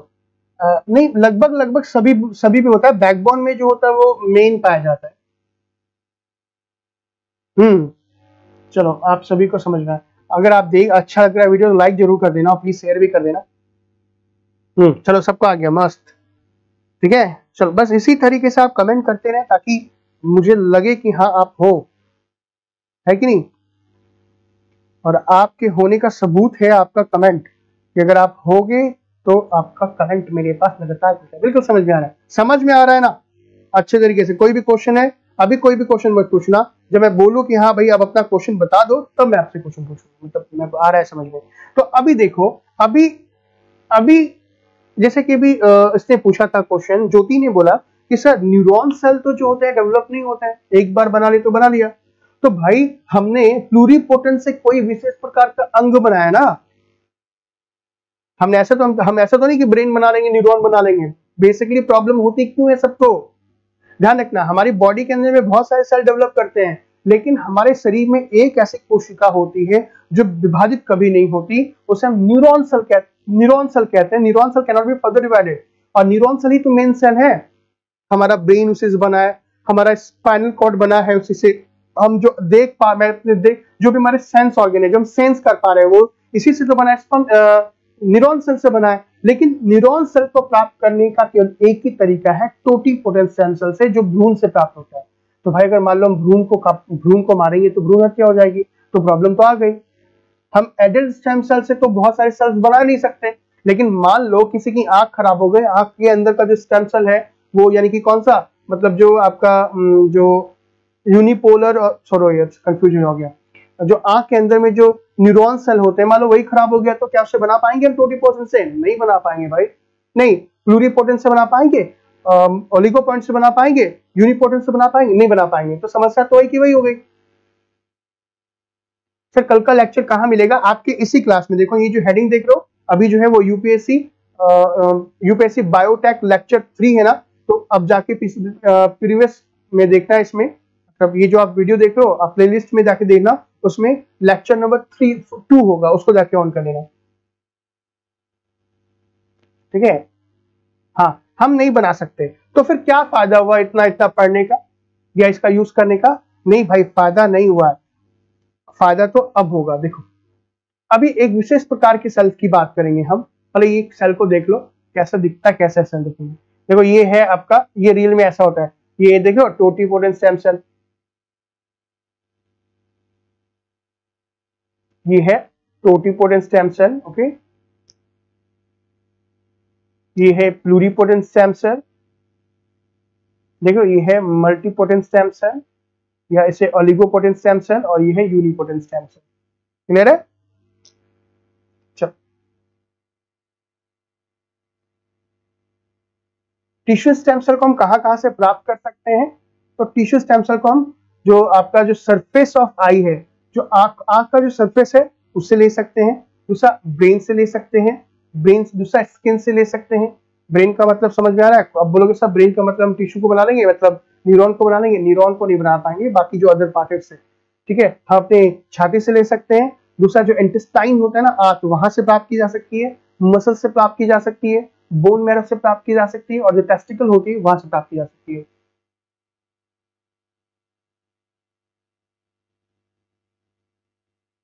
सर क्या है स्टेम सेल थेरेपी से राइट टू लाइफ टू गर्भ से ही? मैं समझा नहीं उपेंद्र, ठीक है। चलो देखो, तो यहां से हम स्टेम सेल को ले सकते हैं। अब हम नेक्स्ट बात करते हैं, है ना, आईपीएस स्टेम सेल के बारे में। ये स्टेम सेल के बारे में आपके यूपीएससी में भी क्वेश्चन पूछा जा चुका है, और आपके पीसीएस में भी पूछा जा चुका है शायद, ठीक है। और नहीं तो इसके बारे में आए दिन रिसर्च होते रहते हैं, आप इसको एक बार देखना। स्टेम सेल बैंक में इतनी लार्ज क्वांटिटी में और इतने ज्यादा टाइम के लिए सेल को स्टोर करके रखना पॉसिबल? हाँ, क्यों नहीं पॉसिबल है भाई, ज्यादा क्वांटिटी थोड़ी होती है। आपका एक छोटा सा इतनी छोटी, जैसे ब्लड लेने आते हैं सीसी के लिए, ब्लड भाई आपने ब्लड दिया होगा तो बस उतनी सीसी में क्या करते हो लोग, उसको स्टोर कर लेते हैं। भाई पैसे भी तो लेते हैं, साल का 5,000 8,000 रुपए लेते हैं आपसे कोई स्टोर करने के लिए। नहीं, टोटिपोटेंसी से तो सब बनेगा प्रेरणा, टोटिपोटेंसी से तो सब बनेगा, लेकिन टोटिपोटेंट कहां से लेंगे हम? हमसे एम्ब्रायो से लेंगे ना, तो एम्ब्रायो भ्रूण हत्या हो जाएगी, तो क्या फायदा हुआ? तो अब क्या है, हम नेक्स्ट पढ़ेंगे आईपीएस स्टेम सेल के बारे में। गाइस आईपीएस सेल का नाम है क्या? Induced pluripotent stem cell. देखो हम इसमें क्या करते हैं, हम सेल फ्रॉम द बॉडी, हम अपने शरीर से टिश्यू स्टेम सेल को लेते हैं, या एडल्ट स्टेम सेल को लेते हैं। हम अपनी बॉडी से कोई भी सेल को ले लिए, ठीक है, कोई भी जगह से हमने क्या कर लिया, आपका टिश्यू स्टेम सेल ले लिया। अब इस टिश्यू स्टेम सेल के अंदर में हम इसमें जेनेटिक रिप्रोग्रामिंग करते हैं, मतलब इसके जीन के अंदर में हम कुछ हेरफेर करते हैं, और कुछ विशेष प्रकार के जीन को हम इसमें डाल देते हैं, मतलब add certain gene to the cell. मतलब देखा जाए तो आपकी बॉडी से हमने क्या लिया, एक प्रकार के सेल को लिया, ध्यान दीजिएगा कौन से सेल को लिया, हमने एडल्ट सेल को ले लिया। अब हम इसमें क्या करेंगे, हम इसमें क्लोनिंग करेंगे। अब क्लोनिंग भी बहुत प्रकार की होती है, मोनोक्लोनिंग बताऊंगा क्लोनिंग क्या होती है, ठीक है। मॉलिक्यूल इसमें जो करेंगे मॉलिक्यूलर क्लोनिंग करेंगे। तो मॉलिक्यूलर क्लोनिंग क्या होती है इसकी जस्ट बाद में आपको बताऊंगा। तो अभी हम कोई भी एक स्टेम सेल को लिया, हमने इसमें जीन जेनेटिक रिप्रोग्राम कर दिया, इसमें जीन में हमने हेरफेर कर दी और कुछ विशेष प्रकार के जीन कर दिए, जीन को डाल दिया। तो जैसे हमने जीन को डाला, ये एक अलग प्रकार के सेल में ये एक अलग प्रकार के सेल में परिवर्तित हो गया और ये बिहेव कैसे करने लगा, ये एम्ब्रियोनिक स्टेम सेल के जैसे बिहेव करने लगा। मतलब कि हमने क्या किया, शरीर से एक ऐसी स्टेम सेल लिया जिसके अंदर में कुछ लीस्ट पोटेंशियल थी, मतलब कुछ विशेष प्रकार की कोशिकाओं को ही निर्माण करने की क्षमता थी, लेकिन हमने उसमें कुछ जीन डाले, हमने उसमें जेनेटिक रिप्रोग्राम कर दिया, तो क्या हुआ, उस प्रकार के सेल को हमने आईपीएस सेल नाम दे दिया। और इसका अब ये कैसे कार्य करने लगा, वैसे जैसे एम्ब्रियोनिक स्टेम सेल काम करता है। मतलब कि अब हमें एम्ब्रियोनिक स्टेम सेल को निकालने के लिए किसी भ्रूण की हत्या करने की जरूरत नहीं होगी। अब हम एडल्ट स्टेम सेल से बॉडी के सारे सेल्स को बना पाएंगे। यानी कि अब अगर कोई लकवाग्रस्त व्यक्ति है या कोई भी प्रॉब्लम उसके नर्वस सिस्टम में हुई होगी, तो भी हम इस इंट्रोड्यूस प्लूरिपोटेंट स्टेम सेल से उसको सही कर पाएंगे। और चिकित्सा के क्षेत्र में ये एक बहुत ही बड़ा योगदान है। जानिए क्लोनिंग टेक्नोलॉजी क्या है मैं बताऊंगा अभी। क्या लिखा है, न्यूरॉन सेल से केमिकल भी प्रोड्यूस होता है। मैं समझा नहीं बच्चे, किसकी हिंदी बताना है संध्या, किसकी हिंदी बताना है बताएं मुझे। यहां समझ, ये वाला पोर्शन समझ में आया आईपीएस सेल, देखो समझ में आ गया। कल्चर हमने किया, हमने क्या किया, जो आईपीएस सेल बना लिया और आईपीएस सेल को हम क्या करेंगे, कल्चर करा लेंगे। कल्चर का मतलब फिर से बोल रहा हूं कि आज की क्लास, कल की क्लास जिन्होंने नहीं देखी है कल्चर टिश्यू कल्चर वाली, वो एक बार पढ़ लेना, वो देख लेना। कल्चर कराएंगे, कल्चर कराने के बाद हम बॉडी के जितने भी सेल होते हैं, इनफैक्ट अगर न्यूरॉन की बात की जा रही है तो न्यूरॉन सेल को भी हम बना सकते हैं। और इसका एडवांटेज क्या है, नो नीड फॉर एम्ब्रायज, यानी कि इसमें भ्रूण की आवश्यकता नहीं होगी। और ये चिकित्सा के क्षेत्र में एक बहुत ही बड़ा क्या है, रिसर्च बोल सकते हो। स्टेम सेल को एम्ब्रियो सेल में बदल गया, बिल्कुल सही कहा आपने, ठीक है, क्लियर है। आईपीएस सेल आपका यहाँ पे खत्म हो गया। तो गाइस ये तो आईपीएस सेल था, ठीक है, ठीक है। IPS cell are adult cell that have been genetically program to, ऐसे ये तो आपको है, मतलब वही है, आप स्क्रीनशॉट ले सकते हैं। जो मैंने आपको बताया प्रॉपर तरीके से हिंदी में लिखा हुआ है। तो चला जाए अब अगले टॉपिक की ओर। देखो देख रहे हो, ये सेल फ्रॉम द बॉडी, यानी कि स्किन, हमने आपकी स्किन से कुछ यूनिपोर्टेंट स्टेम को ले लिया, देखो ये सेल्स है, और उसको हमने जब चेंज करा लिया तो कैसे बिहेव करने लगी, प्लूरिपोटेंट स्टेम सेल के जैसे, ठीक है। और इससे अलग अलग संघ, जैसे हमारी बॉडी के cartilage, bone, skin, neural cell, muscle cell, बहुत सारे सेल का हमने निर्माण कर लिया। हाँ मोहित, आईपीएस सेल के अलावा कोई भी अंग बनाया जा सकता है। हाँ बिल्कुल बिल्कुल प्रेरणा, ऐसे नेफ्रॉन भी बना सकते हैं। अरे वही तो कह रहा हूँ, ये टेक्नोलॉजी बहुत अच्छी है। जब भी आप पेपर पढ़ोगे कुछ ना कुछ इसके बारे में रहता है कि मान लो भाई किसी की किडनी खराब हो गई, तो हम वापस बना सकते हैं उसके शरीर से कोई भी सेल को लेकर, टिश्यू सेल को लेंगे, उसमें जेनेटिक रिप्रोग्रामिंग करेंगे और उसके बाद प्लूरिपोटेंट स्टेम सेल को मतलब इसी तरीके से बना करके उसके किडनी के सेल को भी बना सकते हैं। बट ये अभी अंडर रिसर्च है। अभी देखो ये जो मैं बता रहा हूं ये थोड़ा सा टफ है। ये टफ क्या है, ये जरूरी भी है, ध्यान दीजिएगा। सर टोटीपोषण नहीं, टोटीपोटेंट में तो आपका भ्रूण हत्या हो जाएगी, बट इससे नहीं होगी। देखो गाइस अभी ध्यान दीजिएगा, अब कुछ एडल्ट स्टेम सेल में भी कुछ नाम अलग अलग हैं। अब वो नाम क्या क्या है, देखो सबसे पहला HSCS, जिसको क्या बोलते हैं, हेमियोफैटिक स्टेम सेल, ठीक है। हम बोन मैरो से, किससे, बोन मैरो का मतलब क्या होता है हिंदी में, क्या कहते हैं बोन मैरो को, बोन मैरो को हिंदी में कहते हैं अस्थि मज्जा, अस्थि मज्जा। हम अस्थि मज्जा से हम क्या निकालेंगे, एक विशेष प्रकार के स्टेम सेल को निकालेंगे जिसको हम कहेंगे HSCS। इसका पूरा नाम क्या है, हिमेटोपोइटिक स्टेम सेल। उस स्टेम सेल से हम बॉडी के कितने सेल बना सकते हैं, देखो यहाँ पे NK cell, T cell, B cell, dendritic cell, platelets, erythrocytes मतलब RBC, है ना, माइक्रोफेज, ये सारे के सारे जो देख रहे हो, बेसोफेज, स्नोफिल्स, ये सभी के सभी देख रहे हो, ये सभी अभी लग रहा होगा सर ये बड़ा क्या क्या बता रहे हो आप, बताइए। Erythrocyte, monophage, neutrophils, eosinophils, basophils. तो बच्चे ये परेशान मत हो, ये क्या है, जब मैं आपको डब्ल्यूबीसी बताऊंगा ना, आरबीसीज होता है डब्ल्यूबीसीज, जैसे आरबीसी को ही हम क्या बोलते हैं, इरिथ्रोसाइट्स बोलते हैं। प्लेटलेट्स पता ही होगा आपको, टी सेल क्या होता है, बी सेल क्या होता है, न्यूट्रोफिल्स क्या होता है, ये सब जब मैं जनरल साइंस की जब क्लास लूंगा ना, तब आपको ये सब पता चलेगा। तो हम बोन मैरो से इतने सारे सेल्स को बना सकते हैं।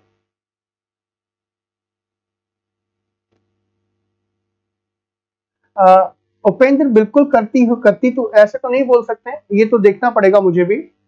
सर अगर हम किसी के अंदर कोई भी टिश्यू और ऑर्गन डेवलप करना है तो ये जरूरी है कि उसके सेल से डेवलप किया जाए। तो हाँ बिल्कुल जरूरी है, क्योंकि दूसरे इंसान के सेल लेंगे तो डीएनए में चेंजेस होने के भी चांसेस, नहीं डीएनए में चेंजेस होने की चांसेस वो अलग बात है, बट एक बात ध्यान रखना रोजी आलम, होता ये है कि अभी तक तो हम किसी दूसरे के अंग को क्या करते हैं, बॉडी के अंदर में ट्रांसप्लांट कराते हैं। जैसे समझो कि ये मेरे हाथ है, ठीक है, ये मेरा हाथ है, ध्यान दीजिएगा, और मेरी गलती से मेरी उंगली कट गई, तो अगर मेरी उंगली कट गई और दोबारा मैं इस अपनी उंगली को जोड़ूंगा, तो मेरी बॉडी का जो इम्यून सिस्टम होता है, मेरी बॉडी के जो अंदर में जो भी डब्ल्यूबीसी के अंदर में जो भी भाई बहन है उनके, वो मेरे इस अंग को, है तो मेरा ही लेकिन कट के अलग हो चुका है, तो उसे लगेगा ये बाहर की चीज है, ये बाहर का कोई बैक्टीरिया आया हुआ है, इसको खत्म कर दो, तो वो क्या करेगा, मेरे ही अंग को खराब कर देगा।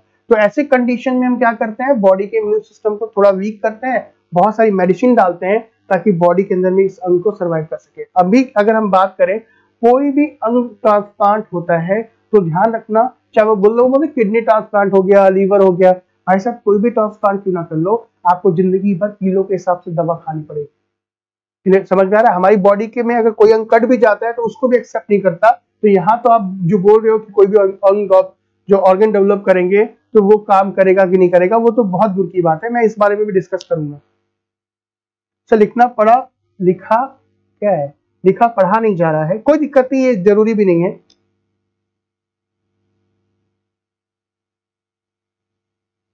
हाँ ये फातिमा, ये एंटीबॉडी की बात कर रहे थे। देखो ये नहीं पढ़ा जा रहा है, केवल सुन लो मेरी बात, ठीक है। दूसरा क्या है, neural stem cell. Neural stem cell कहां से प्राप्त करेंगे हम इसे ब्रेन से प्राप्त करेंगे, और ब्रेन से प्राप्त करने के बाद हम इसे क्या बना सकते हैं, बहुत सारी चीजें बना सकते हैं, जैसे न्यूरॉन्स तो बना ही सकते हैं, ठीक है। भाई न्यूरॉन्स के अंदर भी बहुत सारे न्यूरॉन्स होते हैं, जैसे इंटर न्यूरॉन होता है, कनेक्टिव न्यूरॉन होता है, ठीक है, मोटर न्यूरॉन, आप बोल सकते हो। इसे हम न्यूरॉन्स के जितने भी टाइप्स हैं, मतलब अलग अलग प्रकार के न्यूरॉन्स हैं, वो हम बना सकते हैं। बस यहाँ पे ध्यान रखना, ये समझ में आना चाहिए आपको, ये न्यूरल स्टेम सेल क्या होता है, एचसीएल न्यूरॉन सेल क्या होता है, ये कल सुन लो। अब जैसे ये जो मैंने जो वर्ड यूज किया ना, न्यूरॉन सेल और ये मोटर सेंसिटिव जिसको बोलते हैं, सब सारे के सारे, ठीक है, क्या क्या होता है, डेंड्राइट्स क्या होती है, तो ये अभी घबराने की बात नहीं है, मैं जब ब्रेन पढ़ाऊंगा जनरल साइंस में तब आपको अच्छे तरीके से बता दूंगा, क्योंकि यहाँ पे ये चीजें यहाँ पे इसलिए समझ नहीं आएगी क्योंकि आपका साइंस पूरी तरीके से क्लियर नहीं है, ठीक है। जनरल साइंस में अभी बहुत सारी चीज पता नहीं है। दूसरा, हम मतलब स्मॉल इंटेस्टाइन लेंगे, हम अपने स्मॉल इंटेस्टाइन का मतलब हमने वो ले लिया, क्या बोलते हैं, छोटी आंत ले ली, छोटी आंत से बहुत सारे सेल्स बना सकते हैं, जो भाई हमारी छोटी आंत के अंदर बहुत सारी ग्लैंड होती है, ठीक है। इंडोक्राइन ग्लैंड क्या होते हैं, इंडोक्राइन ग्लैंड के बारे में सुना आपने, इंडोक्राइन ग्लैंड किसे कहते हैं, इंडोक्राइन सेल किसे कहते हैं, नहीं सुना ना, स्टमक के अंदर में होता है, ऐसे भूख निकलती है, ऐसे गैस्ट्रिक हार्मोन होता है। तो ये सारे के सारे जो मैं आपको बताऊंगा जब मैं जनरल साइंस बताऊंगा, ठीक है। तो हम यहाँ पे गट स्टेम सेल को ले सकते हैं।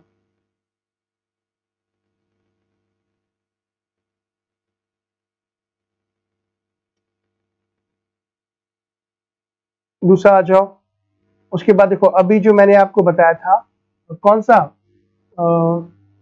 अब जब इस क्लास से सबसे पहले जो मैंने बताया ना आपको कि मुंबई में 40 मिलियन जो डाला स्टेम सेल डाला, तो देखो उन्होंने क्या किया था, इसी प्रकार के सेल को डाला था, इसको हमने नाम दिया क्या, मेसेनकाइमल स्टेम सेल। सबसे पहले मैंने बताया था, देखो वही। तो यहाँ पे हम बोन मैरो से लेंगे, इसको बोन मैरो से हम बोन बना सकते हैं, कार्टिलेज बना सकते हैं, फैट बना सकते हैं, यानी कि ये एडिपोज, ये सारे के सारे सेल बना सकते हैं। अब भाई एडिपोज क्या होता है, ठीक है, कार्टिलेज क्या होता है, बोन्स क्या होते हैं, ये सब हम जनरल साइंस में बात करेंगे, बट यहाँ पे स्टेम सेल की बात कर रहे थे तो यहाँ थोड़ा सा डिस्कस कर दिया। ठीक है, हाय हाय, कैसे हो बच्चे? तभी तो आप किडनी, बिल्कुल सही कहा। व्हाइट बोर्ड पर आपका इंक नहीं दिख रहा है। भाई व्हाइट बोर्ड पे क्यों नहीं दिखेगा? अच्छा चलो ठीक है, नेक्स्ट नेक्स्ट से देखेंगे हम। डकलेस ग्रैंडिस इंडोक्राइन, बिल्कुल सही कहा। सो गाइस, ये था पूरा का पूरा स्टेम सेल। तो मैंने स्टेम सेल जो है आपको बेसिक से लेकर एडवांस तक बता दिया। अब मुझे आप ये बता दो कि आपके मन में कौन कौन सा सवाल है, तब मैं आगे बढ़ूंगा।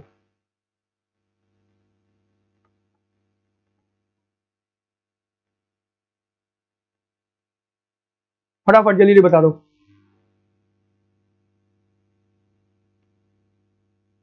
यहाँ पे मैंने स्टेम सेल को खत्म कर दिया। आपके कोई भी सवाल हो तो अब बच्चे मुझसे पूछ सकते हो। स्टेम सेल से कोई भी रिलेटेड कोई भी टॉपिक हो, फटाफट क्वेश्चन पूछें।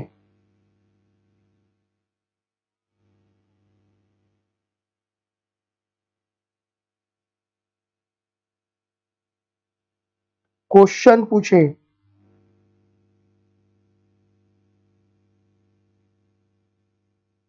क्या हुआ? कोई भी सवाल नहीं है आपके?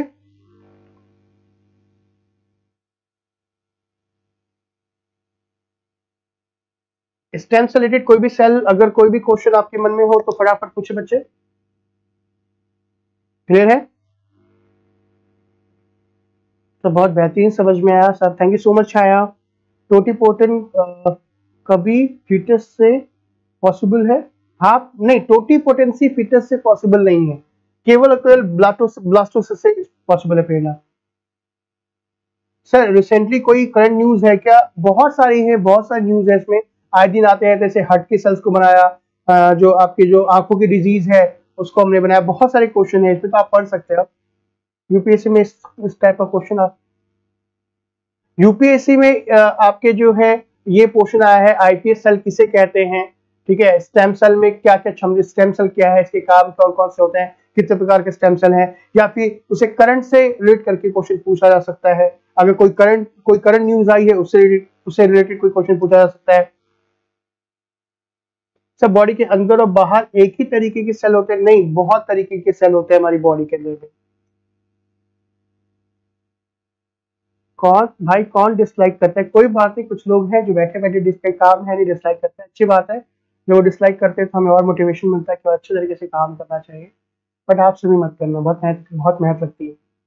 हट भी बनेगा कि हाँ जी हट भी बना रहे हैं हम। अगर सर अगर इन सेल को ह्यूमन बॉडी में ज्यादा इंजेक्ट हो जाए तो क्या ये मानव शरीर के लिए? हाँ बिल्कुल हो सकते हैं ज्योति, अगर ज्यादा कर दिया जाए तो फिर तो बॉडी के अंदर में, मतलब जिस पार्ट में वो इंजेक्ट करेंगे वहां पे वो क्या होगा, बहुत सारे ऐसे सेल बन जाएंगे जो बॉडी के अंदर भी यूज नहीं होगा और बॉडी के अदर अदर फंक्शन को वो ब्लॉक कर देंगे। Thank you Mohit. Ranjana sir, Aishwarya Rai ने अपनी बेटी को किया है, वो कौन सा?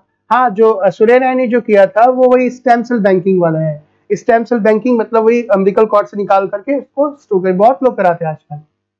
अगर आप अच्छे हॉस्पिटल में जाओगे तो अच्छे हॉस्पिटल में सबसे पहले वो यही यही करते हैं। आपसे पूछ लेंगे कि भाई आप अपना स्टेम सेल क्या करना चाहते हो, स्टोर करना चाहते हो, एक बार में 10,000 रुपये लगता है, फिर हर साल का 3, 4, 5 हजार रुपये लगता है। मैं ठीक है, अब सारे के सारे क्वेश्चन तो आप अच्छे पूछ रहे हो, मैं अगर देख लूँ और कौन सा है।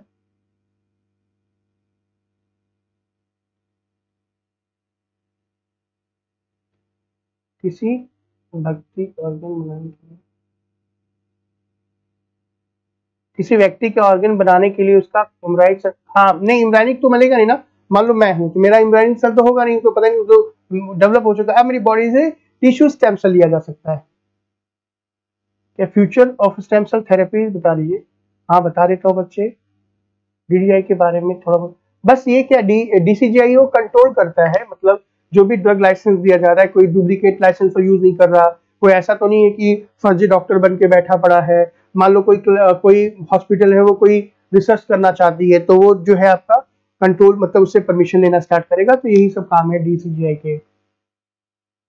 सर ब्लास्टोसिस इन विट्रो, नहीं इन विट्रो, हाँ इन विट्रो प्रोसेस है। अभी इन विट्रो इन विवो क्या वो मैं बताऊंगा बच्चे। हाँ पूछ सकते हो नीलम से, नीलम पूछ सकते हो बच्चे। हाँ पूछो, कोई प्रॉब्लम नहीं है। बोन मेरो फिर से बता दो, बोन मेरो हमारी हड्डी के बीच में एक मटेरियल होता है, रेड बोन मेरो होता है, व्हाइट बोन मेरो होता है, हड्डी के बीच में होता है वो, ठीक है। और काफी जरूरी पार्ट होता है क्योंकि वहीं से डब्ल्यूबीसी और आरबीसी और प्लेटलेट्स जैसे इंपॉर्टेंट सेल डेवलप होते हैं। सर सर कोई ऐसी डिजीज जो एम्ब्रायनिक स्टेम सेल से ठीक हो सकती है अगर वो प्रिजर्व ना किया हो, तो क्या वो डिजीज कैसे ठीक होगी? देखो ज्योति, इम्ब्रायनिक स्टेम सेल से कोई, हम इम्ब्रायनिक स्टेम सेल का यूज नहीं करते हैं, पहली बात तो क्यों, क्योंकि इसमें भ्रूण हत्या हो जाती है। तो अब कोई भी ऐसी डिजीज जो इम्ब्रायनिक स्टेम सेल से सही हो सकती है, अब उसे हम आईपीएस सेल से सही करेंगे, ठीक है। आईपीएस सेल से, मान लो किसी का नर्व खराब हो गया, कि कोई कोमा में कोई व्यक्ति चला गया, या बोल सकते हो कि हाथ में क्या हो गया, मतलब लकवा मार गया, तो लकवा मारने में अगर कोई न्यूरॉन डैमेज हुआ होगा तो हम आईपीएस सेल्स को डेवलप करा लेंगे, ठीक है। सर कल्चर लगने में कम से कम कितना सेल होने चाहिए? सिंगल सेल से भी कल्चर करा सकते हैं, सिंगल सेल से भी कल्चर करा सकते हैं।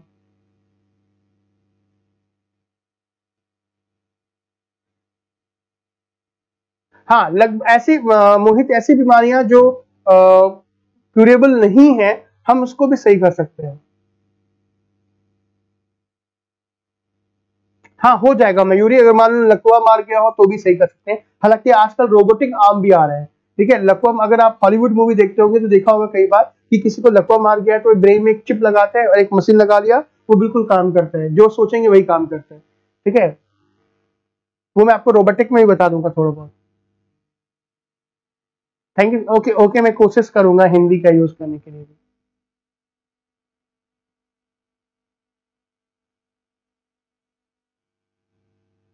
कोई बात नहीं। तो आई थिंक आप सभी के जो सवाल है वो खत्म हो चुके हैं। और ध्यान दीजिएगा कि कल की जो क्लास है, कल हमारी छुट्टी है, कल कोई क्लास नहीं है, ठीक है। कल एक फेस्टिवल है, और कल के बाद हम जो क्लास करेंगे उसमें बात करेंगे क्लोनिंग के बारे में, कि क्लोनिंग बेसिकली क्या होती है, एम्ब्रायो टेक्नोलॉजी, एम्ब्रायो ट्रांसफर क्या होती है, ठीक है, फॉर्म में हम कैसे यूज करते हैं, और भी बहुत सारे जो है कुछ कुछ टॉपिक जो मेन होंगे मैं उसको ले लूंगा। तो आज के लिए हम आज की क्लास को हम यहाँ पे रखते हैं, और नेक्स्ट क्लास में फिर मिलते हैं, ठीक है।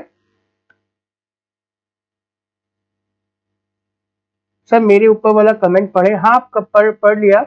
हाँ सर आप फैंटास्टिक हो, लेकिन थोड़ी हिंदी यूज करें, मैं करूंगा, पक्का करूंगा। Thank you. So guys thank you so much, thank you so much Jyoti. So I think आप सबको आज की क्लास काफी अच्छी लगी होगी, और आज की क्लास काफी रेलिवेंट है आपके एग्जाम के पॉइंट ऑफ व्यू से। तो बच्चों आज की क्लास हम यहाँ रखते हैं। Thank you so much, bye bye, take care. कल की छुट्टी है, ध्यान दीजिएगा।